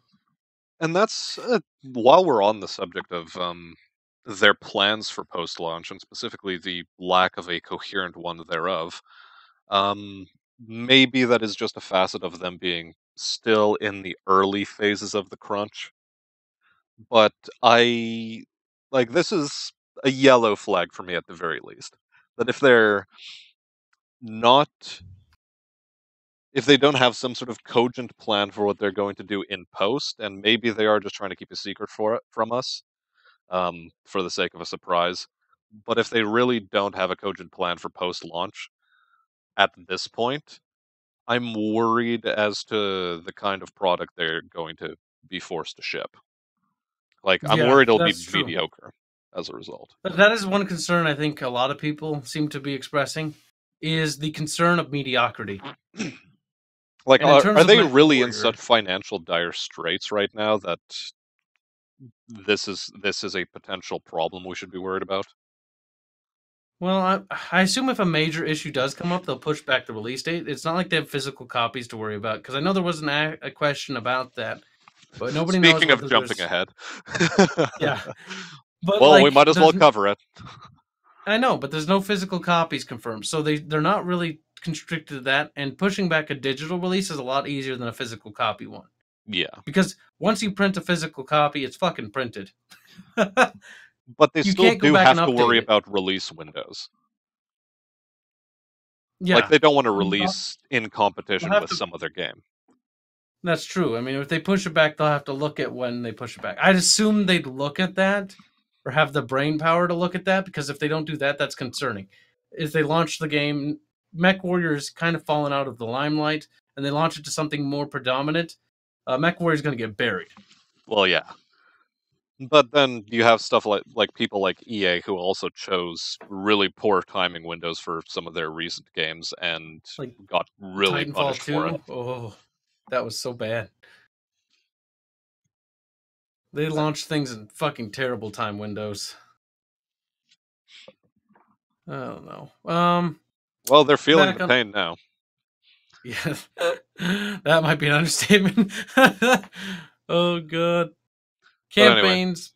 yeah, we've already No, we touched already on talked about that. campaign. But rolling back a bit, because there's a question about Oh, go third ahead. person and free camera that was asked. And well, third person camera or a third person view of your mech in combat does exist, they said. It's more or less a Mech Warrior Online sort of functional thing. To what degree you're going to use it in combat, I don't know. But when it comes to free cam for stuff like replays or stuff like I don't know, just taking screenshots, they said if anything, you would be able to, well, use Unreal Engine 4's console commands for that, but it isn't a design priority that they're trying to work around. Yeah, So, so it wouldn't be built into the game. yeah, if So you it'll want to be make it'll be a aesthetic little photos, janky. it's going to be a problem. Yeah. They did confirm 4K though. Yep, they did confirm 4K. So people who like using 4K, you'll get to see giant metal stompy boxes with 4K. And while we're on the subject, ray tracing. So the RTX support has also been confirmed for those of you who decided to waste your money on gimmicky graphics cards. I'm not gonna judge, but you could have spent your money on better things, like my patron. No, I mean, it's probably more useful there. Oh, that's mean. I'm sorry. I didn't mean to go even farther. I didn't. It just is too easy, though. It really is. Well, this isn't a discussion about the merits of RTX graphics cards. I Yeah. think GTX 1080 Titans are overpowered enough. You should have no problem running the damn thing. I don't think you'll have any. Hell, I think GTX 1070s, even 60s, probably will have no problem. Well, yeah, I mean, I'm running a 1060, and, well, it varies. I think I'm just bottlenecked by my motherboard at this point. Um, Mm. I mean, it was a $250 motherboard, though. It's an Asus ROG Hero 7. I don't know to what degree people will find that information useful, but there you go. Honestly, it should be fine on it, but I don't know. It's struggled with some games, like Hairbrain Schemes BattleTech of all things. Actually, that game's just poorly optimized, though. It is, but I think that's more of a Unity engine issue than anything else. Gotta quit dissing the Unity engine. You're making me concerned. Well, I'm this game I isn't have in the plans Unity on engine. using that engine for my own project. It's scary. Well, give it some thought. Maybe you should switch into CryEngine instead. Cry. Oh, so cry. Hey. I don't know if that handles 2D, but back on topic. HOTAS support is confirmed.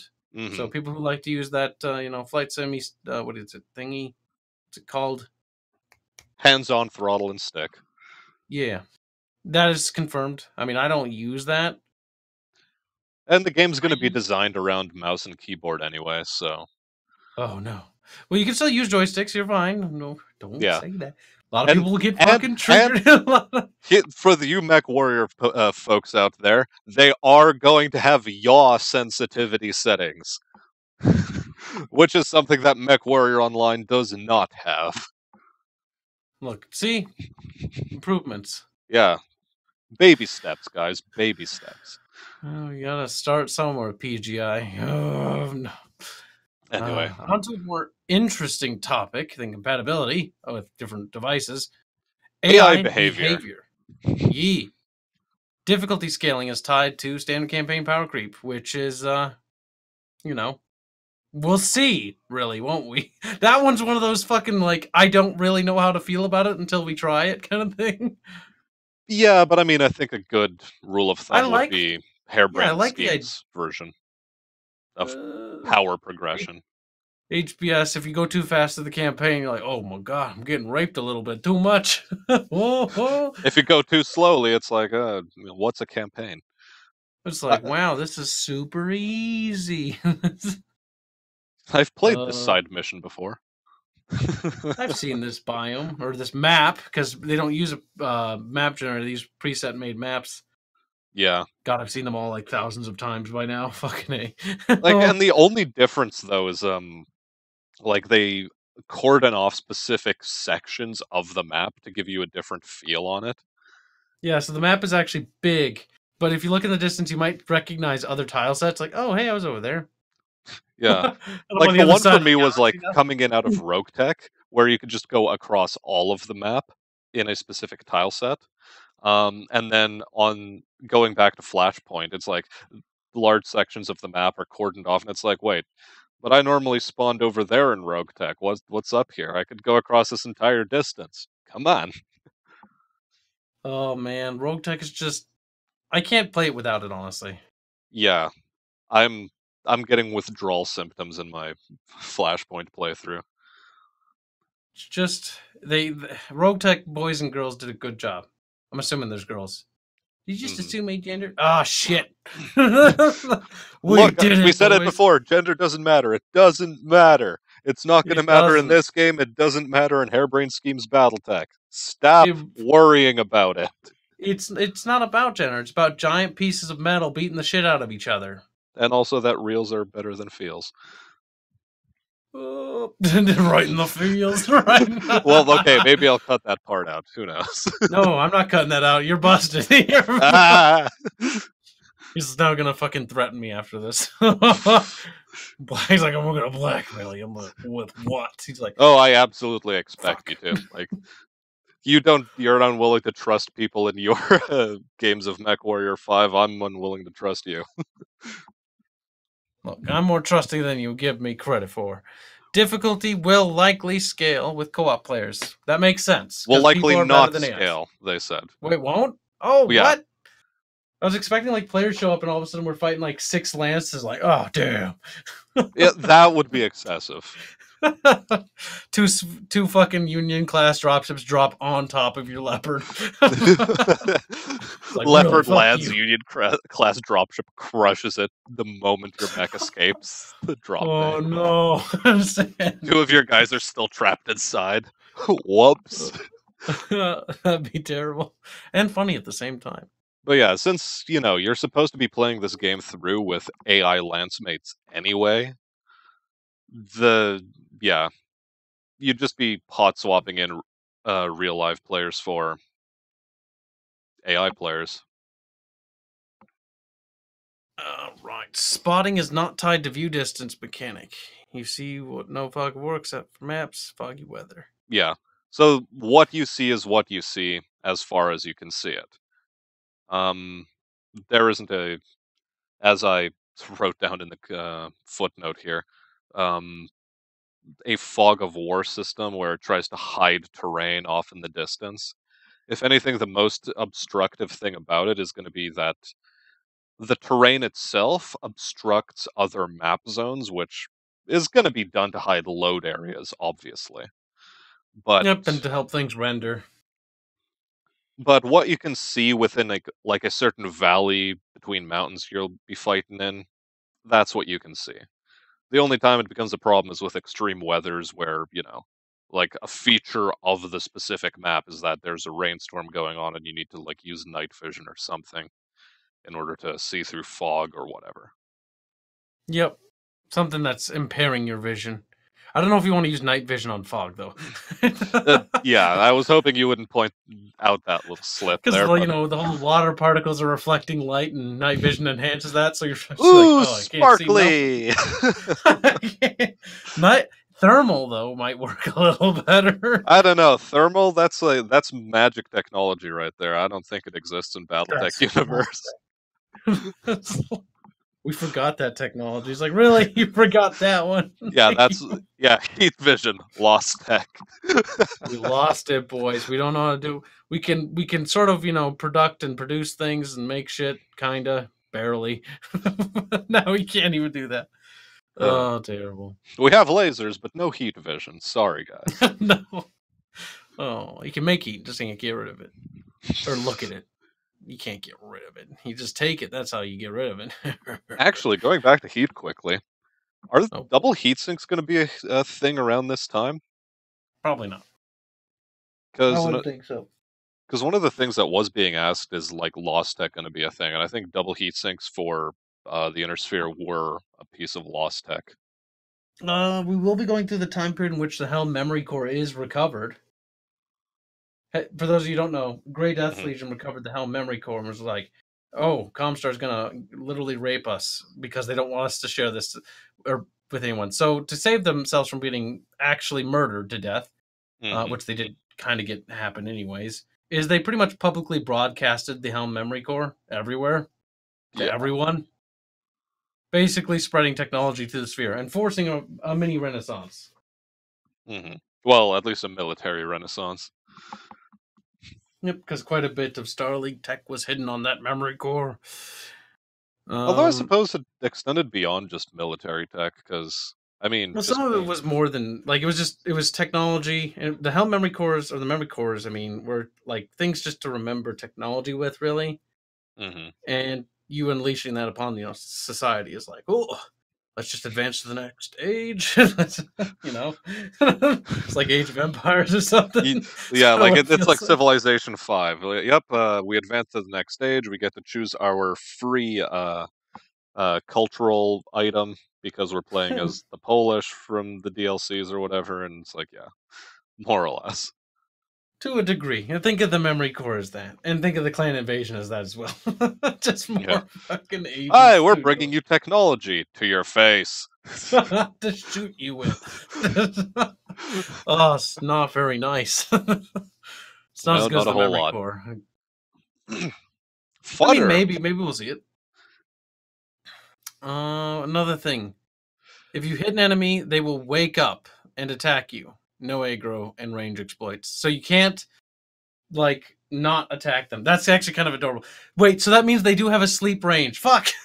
Where they just I think stand there like I think they have a default sleep stance, but when it comes to detection, given that y- so long as you show up on their minimap, you should be aggroing them, and also if they establish a line of sight with you in some way, you can aggro them as well. This might be modified by things, who knows? what if you like miss a shot, right? And it flies off and this it doesn't hit him, but you're fighting some other thing and then but they see that shot. They should react to it. Yeah, they probably will. I mean, look, it is current Maybe year. We've come a lasers flying long way in terms of AI reactability. I imagine the AI will react. If you fire and the shot goes through their vicinity or their zone, they'll probably react. Hmm. That does bode well for map size, and that helps to reiterate that the maps are going to be pretty goddamn big, all things Yeah, considered. but at the same time, one imagines like based off of the demo that was given, you are going to be dealing with like conflict zones where there's already either something happening or you get to another area where you have to start capturing an objective and then reinforcements will show up. So I don't think the AI will have a chance to be in sleep mode, except maybe on base defense missions or something like that. They did say they wanted to implement stealth missions, but that's still in the testing phase. Yeah, but I mean, like even base destruction missions where And they'd have considering patrol ECM routes that should you'd have become to a wake thing. them up out of. Yeah, I mean, but ECM will become a tech, so I imagine, or should be. So we'll probably see stealth missions being probable if Hmm. ECMs are finished and put into the game. They should be in the Yeah, game, though. I mean, they did mention that like all of this stuff is likely going to be put in Good, good. tagging systems Uh, as well. and another thing the AI is going to definitely do is interact with environment. Now they said in complex ways. I don't know what they're going to do in terms of like a lot of games. I'm going to say this right now. A lot of games always boast about how complex their AI is, like Rome 2. And then the game comes out and then they just stand there. So I'm a little bit skeptical on AI whenever AI is brought up. Um, I'd like to believe they will. They did say like they'll use the environment, they'll take cover behind buildings, or they'll shoot through buildings. In order Um, to, or burn down buildings in order to get at you if they already established a line of sight, I'm presumably. not sure if that means the AI is complex or if it just doesn't recognize the building as blocking its shots. It just continuously shoots at you. Well, maybe that's part of it, Because and that's a they're just really like clever way using of it. wording that. Yeah, As an our excuse. AI never stops shooting at you. You can be You're on the behind other side cover of and a it will mountain, we're continue to shooting shoot. the mountain. Oh my god. No, I don't think that will Oh, be the case. I swear to God, if I run Like around they were. if if I get in a light and I swear to God, Smash, I'll beat you up. If I get in a light and run on the other side of a mountain and I hear laser noises and they're shooting the mountain, I'll be very upset. I think they will have to make some sort of check. For like, do I have an autocannon? Do I have high explosive missiles? If yes, is the building I'm shooting at completely destructible? If not, like whatever else case scenario you have programmed in. It'd be like walk directly towards building and then around it, point Crash blank. through it. Point Oh my blank the guy God. with LRMs because you can. Actually, no. That's speaking of scripting. They actually did say that they were scripting mechs that have longer range loadouts because the variant system. Oh The yeah. variant system will help mechs be better to script. Mechs with longer range weapons will follow flee scripts or reposition scripts to basically try to break contact with you to get into a better firing position. Oh Once Christ. you Oh once you God. get too close, though, they will switch scripts so they won't be annoying. So they won't perpetually Okay. run away. If you Well, start that's doing too good. much damage or getting too close, they'll switch scripts and then enact a sort of defensive stance. One trying to get help. Well, yeah, but Um, I'm still like cringing internally because missile boats are going to be a thing that we're going to have to deal with at fucking some in your point. Atlas or your King Crab and like, come here, you little catapult shit. Trebuchet is just like running away, like, no, no. Stalker armed with LRM-80 because, like, hey, it's a variant. We can do that, right, guys? Oh, missiles for days. Oh, sadness. I hate missiles. I hate LRM boats. Unless And it's on my depending side. on how the AI is going to like structure its drops on like whatever procedurally generated mission, and it's like suddenly you have to deal with 4 assault mechs, and it has like a weird goof and throws in 4 stalkers onto the map, each Oh, armed with God. LRM-80, and it's just a never-ending deluge of missiles. It doesn't even matter if they put AMS into the game. You're just going to be deleted. Yeah. So I hope you were planning around LRM 240 when you were making this mech. So, this is fun and engaging as missiles rain on you as you try to break for cover. And Fucking armor just whittled off. can we briefly speak about breaking into cover in MechWarrior Online and how that does not disengage you from missiles well enough? No, you They gotta still hug. are. You gotta hug buildings and shit, or hug other players and be like, "Absorb the missiles for me." It is so Because I, annoying how they'll arc over a building you're standing behind. oh Ugh. god, Ugh. You gotta really hug shit though if you want to Yeah, live, or players, and then let them eat the missiles for you like a total cunt. But absolutely. you Anyways, gotta do let's what you gotta do.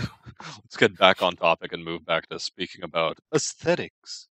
We already talked about internal cockpit damage. But Hmm. what we didn't talk about was the dynamic music system, which is going to be themed with heavy guitar music and metal themes. So, it's sticking more in line with the Mech Warrior themes and the Mech Assault themes, with, that sort of, actiony metal themes, and less of the tribal punk stuff they had going on in the early days. I know that's a little bit of a hit or miss for some of the diehards. I'm Yeah, not too bothered by it, though, because not too many of those tribal punk themes really stuck. There were some that were good, but not that many stuck for me. Um, my that's worry just with this. Yeah, okay. But my worry with this is well, not to cast shade on the composer for MechWarrior Online, because it's going to be the same composer between both games. But I feel his music lacks a sort of Oh bassiness to yeah. it. The problem with his music, though, not to be mean to the composer, but MechWarrior Online music is forgettable. It really is. Like I can't remember a single tune. Music is a huge element to a game. Honestly, I think it's one of the more underrated things, but at the same time, one of the most praised things. People forget it, Hmm. but will easily praise it. Like think about themes like from Metroid or Castlevania or Halo for more recent things Well, or the yeah, old like Total Wars. the reason why I keep coming back to Halo, or at least trying to, if it was ever released on PC, god damn it, Microsoft. Microsoft hates you. No uh, multiplayer component of Halo 5 does not count. It's not good enough. Do better. But yeah, a large part of the reason why I keep coming back to that game, like in my mind, or wanting to anyway, just play it again, is the music. Uh, yeah, the music really sold that game for me, or at least that's what helped or made like it Total stick. Annihilation, Jeremy Sewell, like Oh yeah, fucking Oblivion, total. again, Jeremy Sewell. He's just too good. We need to put him down. He's just too good. Frank Lepatsky for any of the Command and Conquer games that he actually worked on. Uh, God, Frank Kapaki's good. Pity we'll never hear his End of Nation soundtracks. He claims the End of Nation soundtracks were his best work. It got shelved, so only a couple hmm, tracks have leaked out. That's a shame. That game was a real interesting. trap. Ooh. I mean, like even in Klepaski's case, though, he did the soundtrack for Grey Goo, but I don't know. I don't think Grey Goo's soundtrack worked out too well. Grey Goo as a whole didn't work out too well. Fair point.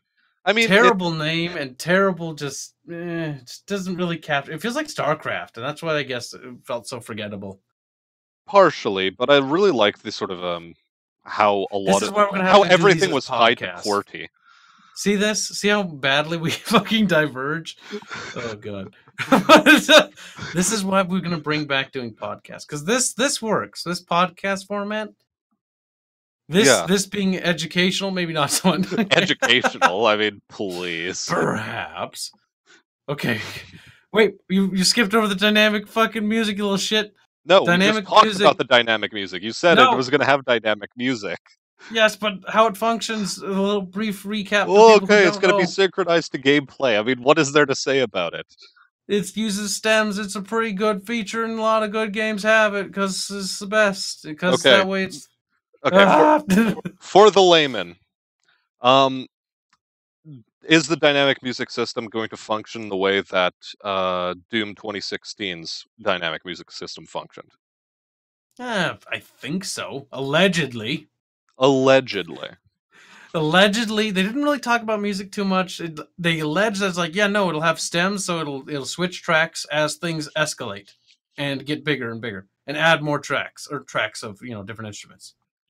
Because unless they So, do it to the kind of caliber that Doom 2016 did it, I just don't care enough about the fact that there's a dynamic music system. you should care. That's actually a good feature in some games. Rome Total War 1 did it, and yeah, it was simple, but the dynamic system was really impactful. Then Well, again, yeah, Jet okay, Van Dyke is a great composer. that too. But most games these days have dynamic music systems.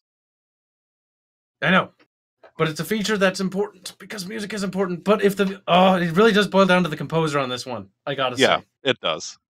you guys need PGI. Slap him, make him work as hard as he's ever worked in his life. And teach him about something called the bass button. Come on, we want No. like if it's gonna have heavy guitar, we want it to have punch. Well, yeah, they're mechs. It should feel weighty. The music should feel weighty too. It Yeah. kind of goes hand in hand with one It another. shouldn't accentuate the ragdoll physics of MechWarrior Online rather than the bass stompiness. Oh, I can't get over the fact that King Crab just looks so sad every time it dies. I love how it does that though. And I mean it's somewhat believable. It Since it's flips so over on top its head and heavy. it's just little legs sticking up, slowly spinning. It's like, stop that. You're just embarrassing that. I mean, it's somewhat dubious that it manages to stand upright at all, but, well, that's a different story. Look, the king crab is adorable to look at. It fucking has little clampy claws that clamp. I have That's all you six. need to know. I have 6 Rack 2s in mine. It's great. It just never stops firing. It's cancer. Besides Haha, the it's point. cancer because it's a crab. I see the joke you made there. Haha, haha, haha. That was not an intentional joke. That was just sort of it happened. I'm giving Gibbs credit for I'll- things he didn't actually intend because I'm hoping he's going to be a better person one day. Oh, that's something you shouldn't hope for either. That's also not going to happen. Well, Okay, yeah. look and feel of the game. Watch trailer. I'm gonna have to slap you for writing that. I nearly got I to say it. I actually- nearly did. I'm gonna have to kill myself now. Unique mech chassis aesthetics. Tech exists like avenue of DLC content. So maybe there'll be, cosmetics. Like you can maybe get like a Star League aero painted mech, or maybe a pirate themed one, or perhaps a Solaris themed one. Or maybe if you're a real fucking degenerate, you'll get a weeaboo one, Draconis Combine, but with waifus all over. I mean, that's something that you can easily mod in, and that's another thing that'll be like day one mods. All those, I'm Waifu gonna put on as reskins. many fucking waifu mods as I friggin' can. There better be a waifu model inside the cockpit. A little body pillow that you can see off to the side. My mech He's warriors doing are it for degen. YouTube. He doesn't actually like anime. What I like anime. I just don't like anime pillows. 'Cause they're weird. I'm not a degen. Leave me alone. Don't judge me. All right. Anime Exterior. pillows will save us from the coming robot apocalypse. I mean, there won't be any future generations, so there's that. There you go. And interior customizations. No bolt-ons like with Sword and Shield. Okay, yeah. So, wait, did they confirm or deny that? You wrote that, No. Mister. Okay, I'll take this one then. So yeah, in terms of exterior and interior customization, you won't be getting any sort of cockpit air fresheners, none of that sort of stuff. No Atlas bobbleheads on your dashboard. They're not doing that. It might That's be okay. post content like if I had to guess, cosmetic post content would be the easiest thing for them to go into. So Cosmetic, yeah. expect that as DLC. But in terms of exteriors, they will have decals, colors, and camos to choose from. Basically, Ah, you MechWarrior did Online his system. thing. I need to interject because I'm now bothered and mad. You Hmm? said decals. It's decal. Don't Yeah, tell me that you guys pronounce it decals in Canada. decals. It's a decal. You gotta give me Actually, some decals. Fucking damn. hold on. I'm actually going to search this up. How to If the pronounce pronunciation isn't decal, either I've lived my life wrong and I want to decal die for in that. Canada. Is it decal? I gotta get my decals on oh, just stop. It's time to stop. Yeah. So according to Reddit, uh, Reddit. TIL, TIL, that Canadians pronounce the word decal like decal. Okay, so it's a Tito Canadian thing. Panito. I'm from Vancouver, and I almost always hear it pronounced decal. I almost always Okay. snicker when I hear it the other way. Vancouver too. Decal sounds ridiculous. Ditto from Calgary. You're retarded. They're retarded. They're Oh, this is a reason why we need to annex Canada, but that's for a different day. One, to erase the word decal from Here, existence. let's go into Wikipedia. Decal pronunciation. Wiktionary. Um, Wikipedia as a source. Remember that he got that as a source. UK and You're a wiki weeb now, boy. How does it feel?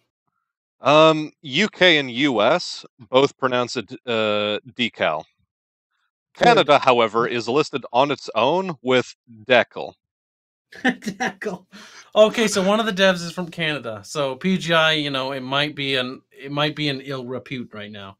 It might be good cause not to buy. Yeah, the devs are Canadian, so they're gonna apologize too much about all the cut content or something. Oh, I we're don't know. so sorry. Are they gonna Ubisoft apologize? Or are they actually gonna apologize? Like, Whatever. Honestly, I'd prefer them Ubisoft apologizing over something like fucking Decal versus Decal. we're See, so I'm even sorry. pronouncing it wrong in both cases now. It's a Decal. It's There a we go. D. It's a Decal or a Uh, Decal. we shouldn't be talking about MechWarrior anymore. What's important is the fact that you call it Decal. That that really fucking that perturbs me. Well, Like I I've mean, never been upset. Like I said I don't really hate people, but now I kind of hate you. well, okay. I mean, someone needs He's to like have their fucking undies pressed. look, my Jesus panties Christ. are in a wad, and they're never coming undone because the decals are Well, okay, duct fine. Keep them in a wad. Just take them out of your ass, because I mean, you've shoved them in so far that, like, I don't know, you're starting to shit cloth here. Oh, that was actually pretty good. You know what? I'll give you that one. That was actually. I wasn't expecting a comeback. I was actually expecting you to try to just move on, and then you did that, and I was like, you know what? What are He's we not a talking bad about Canadian. again? MechWarrior He's Online. not. Exterior and interior customization. We're done with that. No Right. hanging There cock is slight pressures. caveats, though.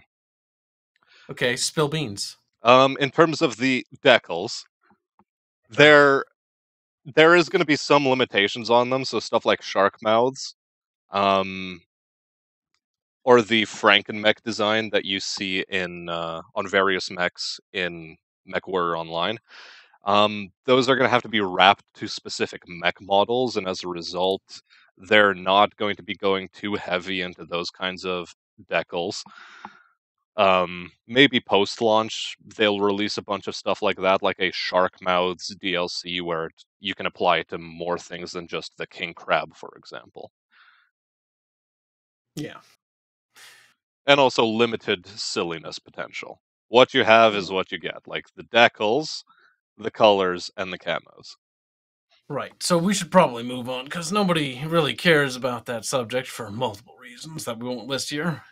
We'll save He just doesn't want me for to another say the video. word decal anymore. Urban environments are planned to look more lived in. Whatever the fuck that means. No, I'm kidding. I get that. I get More it. cars you can stomp on, more than just light Cars, posts to knock over. It would be nice if the cities weren't evacuated, but I understand that there are constraints to how much they can put in the game. I Hmm. really just want to plow through a skyscraper and see little people fall out. Like, Yeah, this that's is a not gonna fucking. happen though. I I know. mean, like The 9/11 amount of bloody happened, gore and they we're would no have to put longer in. allowed to like make skyscraper content. Oh my god! Like, can you imagine just walking down a street and just fucking stepping on people by accident? Like, I'm here to protect you. Oh shit! There's another one.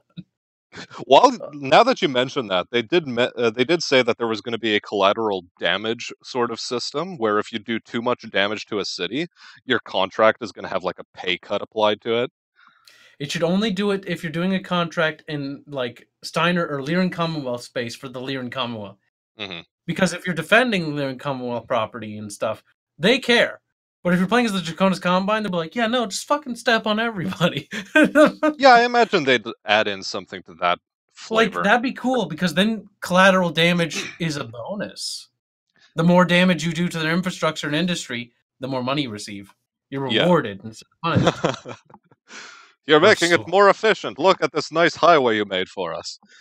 That's Maybe literally that's just cuts through a skyscraper. Yeah, that's fine. really. We've wanted to put that road there for a while now. Absolutely. Oh Um, god damn it!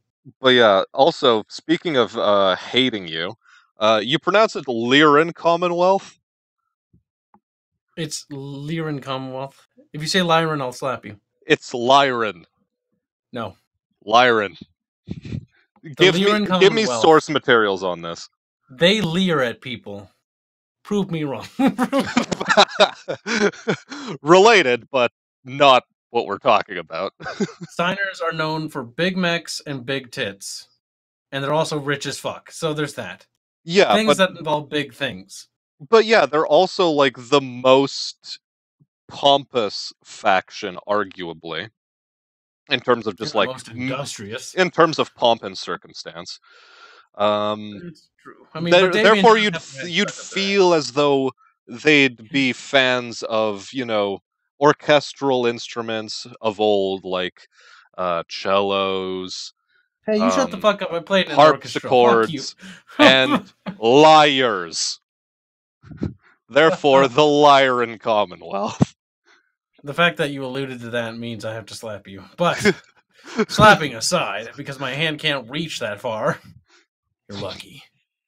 AC rounds eject casing. Yay! Fluffiness. That was a mech assault thing. That was always cool when you fired the AC guns in mech assault. Like, yeah, it's not a super fluff game or super MechWarrior game. It's a spin-off. But like you'd see giant shell casings land on fucking people and shit, and it was great.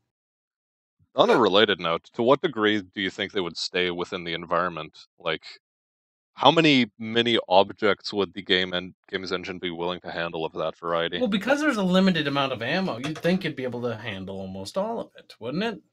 It's not like Well, it could have more over a certain amount because there's only so much ammo that could be possibly on the field.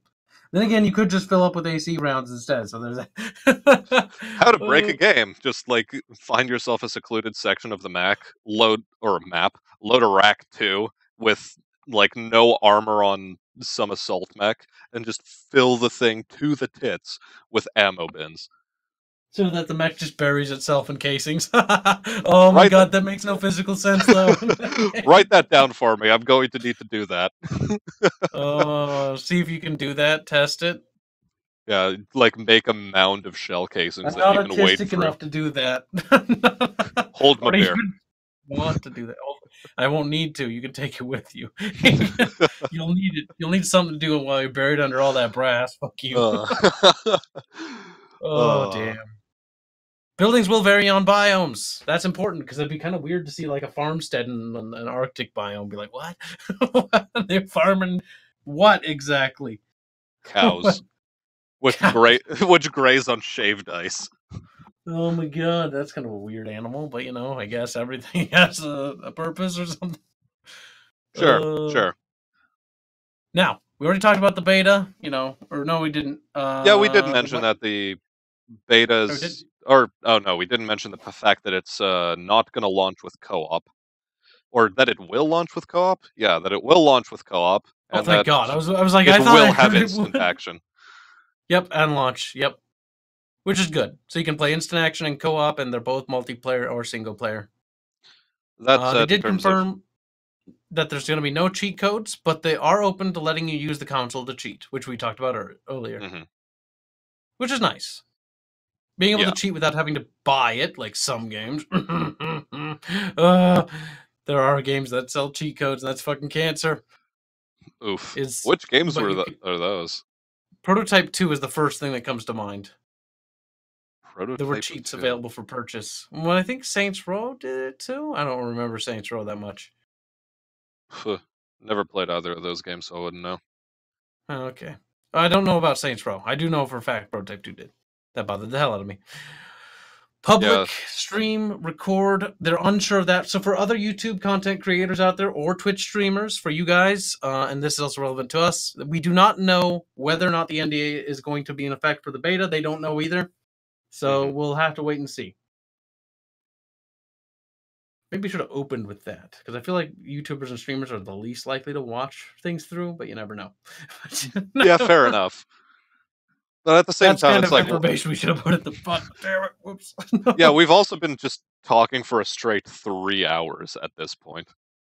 Yeah, whatever. It's a podcast. It's bound to happen. Yeah, we can get away with that. Look, we're just dipping our toes into Joe Rogan territory in terms of length. Look, length is all about, you know, I was gonna make it a dick joke, and now I've decided to kind of backtrack. But I don't know how to back out. I heard the waffling in your voice. I was like, I kind of don't want to, and I was like, I'm gonna back out of it. But I'm like, shit, I don't know how to really make this go out of it. It's too long. Oh, I'm gonna kill myself. That's terrible. And so instead of actually moving away from dick jokes, we just make even more vague allusions towards them. It's like it's too long, can't pull out, not enough space. Oh no. I don't know, like I feel as though this format is a bit too constrained. A bit too Are we talking about the dick joke, or what are we talking about?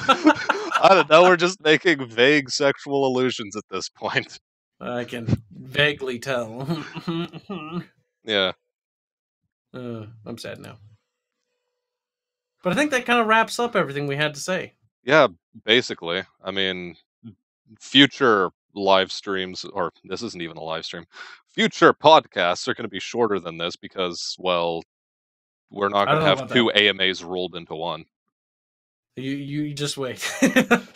Oh, I mean, if you really want to waffle for 3 hours, yeah, sure. Let's go. I am like, that is all my content is waffling. If there isn't waffling involved, then I'm not making Kib's content. I'm making somebody else's. Oh no. Oof. But that's besides the point. Oh, that's a phrase I use too much. That means that's how off topic I am. Oh no. But anyway, again, that is also besides the point, isn't it? Yeah, because the topic is more or less over now that we've finished it. Yeah. You want to do the outro? Because, well, I covered the intro. Re-establish these things. Yeah. But anyway, you cover the outro. Like, it's our first time. Be gentle. It's we gotta. Oh god, it's the sexual jokes. But besides popping his cherry for the first podcast, I'll have you know I'm a veteran of podcasts. I was. Look at me, slob, fat, and my belly's all fucking floppy all over the place. But yeah, really conveyed with that waifu poster you have as an icon. Waifu poster? What are you talking about? That's not a waifu. That's Aerith. She's not a waifu. She's. I got her out of a trash can. Oh, it's partially true. That's the worst part. That's fair, I suppose. So, waifu. That's weird. It's like saying like your kid's your waifu. Fucking. Ugh. Right. So back to the outro. Wait. Yeah, I don't know. You got to backpedal out of this one. Shut up! I'm already backpedaling. You find his channel in the description. You can also find my channel in his description. Look at that. Wham! Cross reference. Oh wow! Wow. Either way, until next time, we'll see you all then. Bye bye. Have a good one.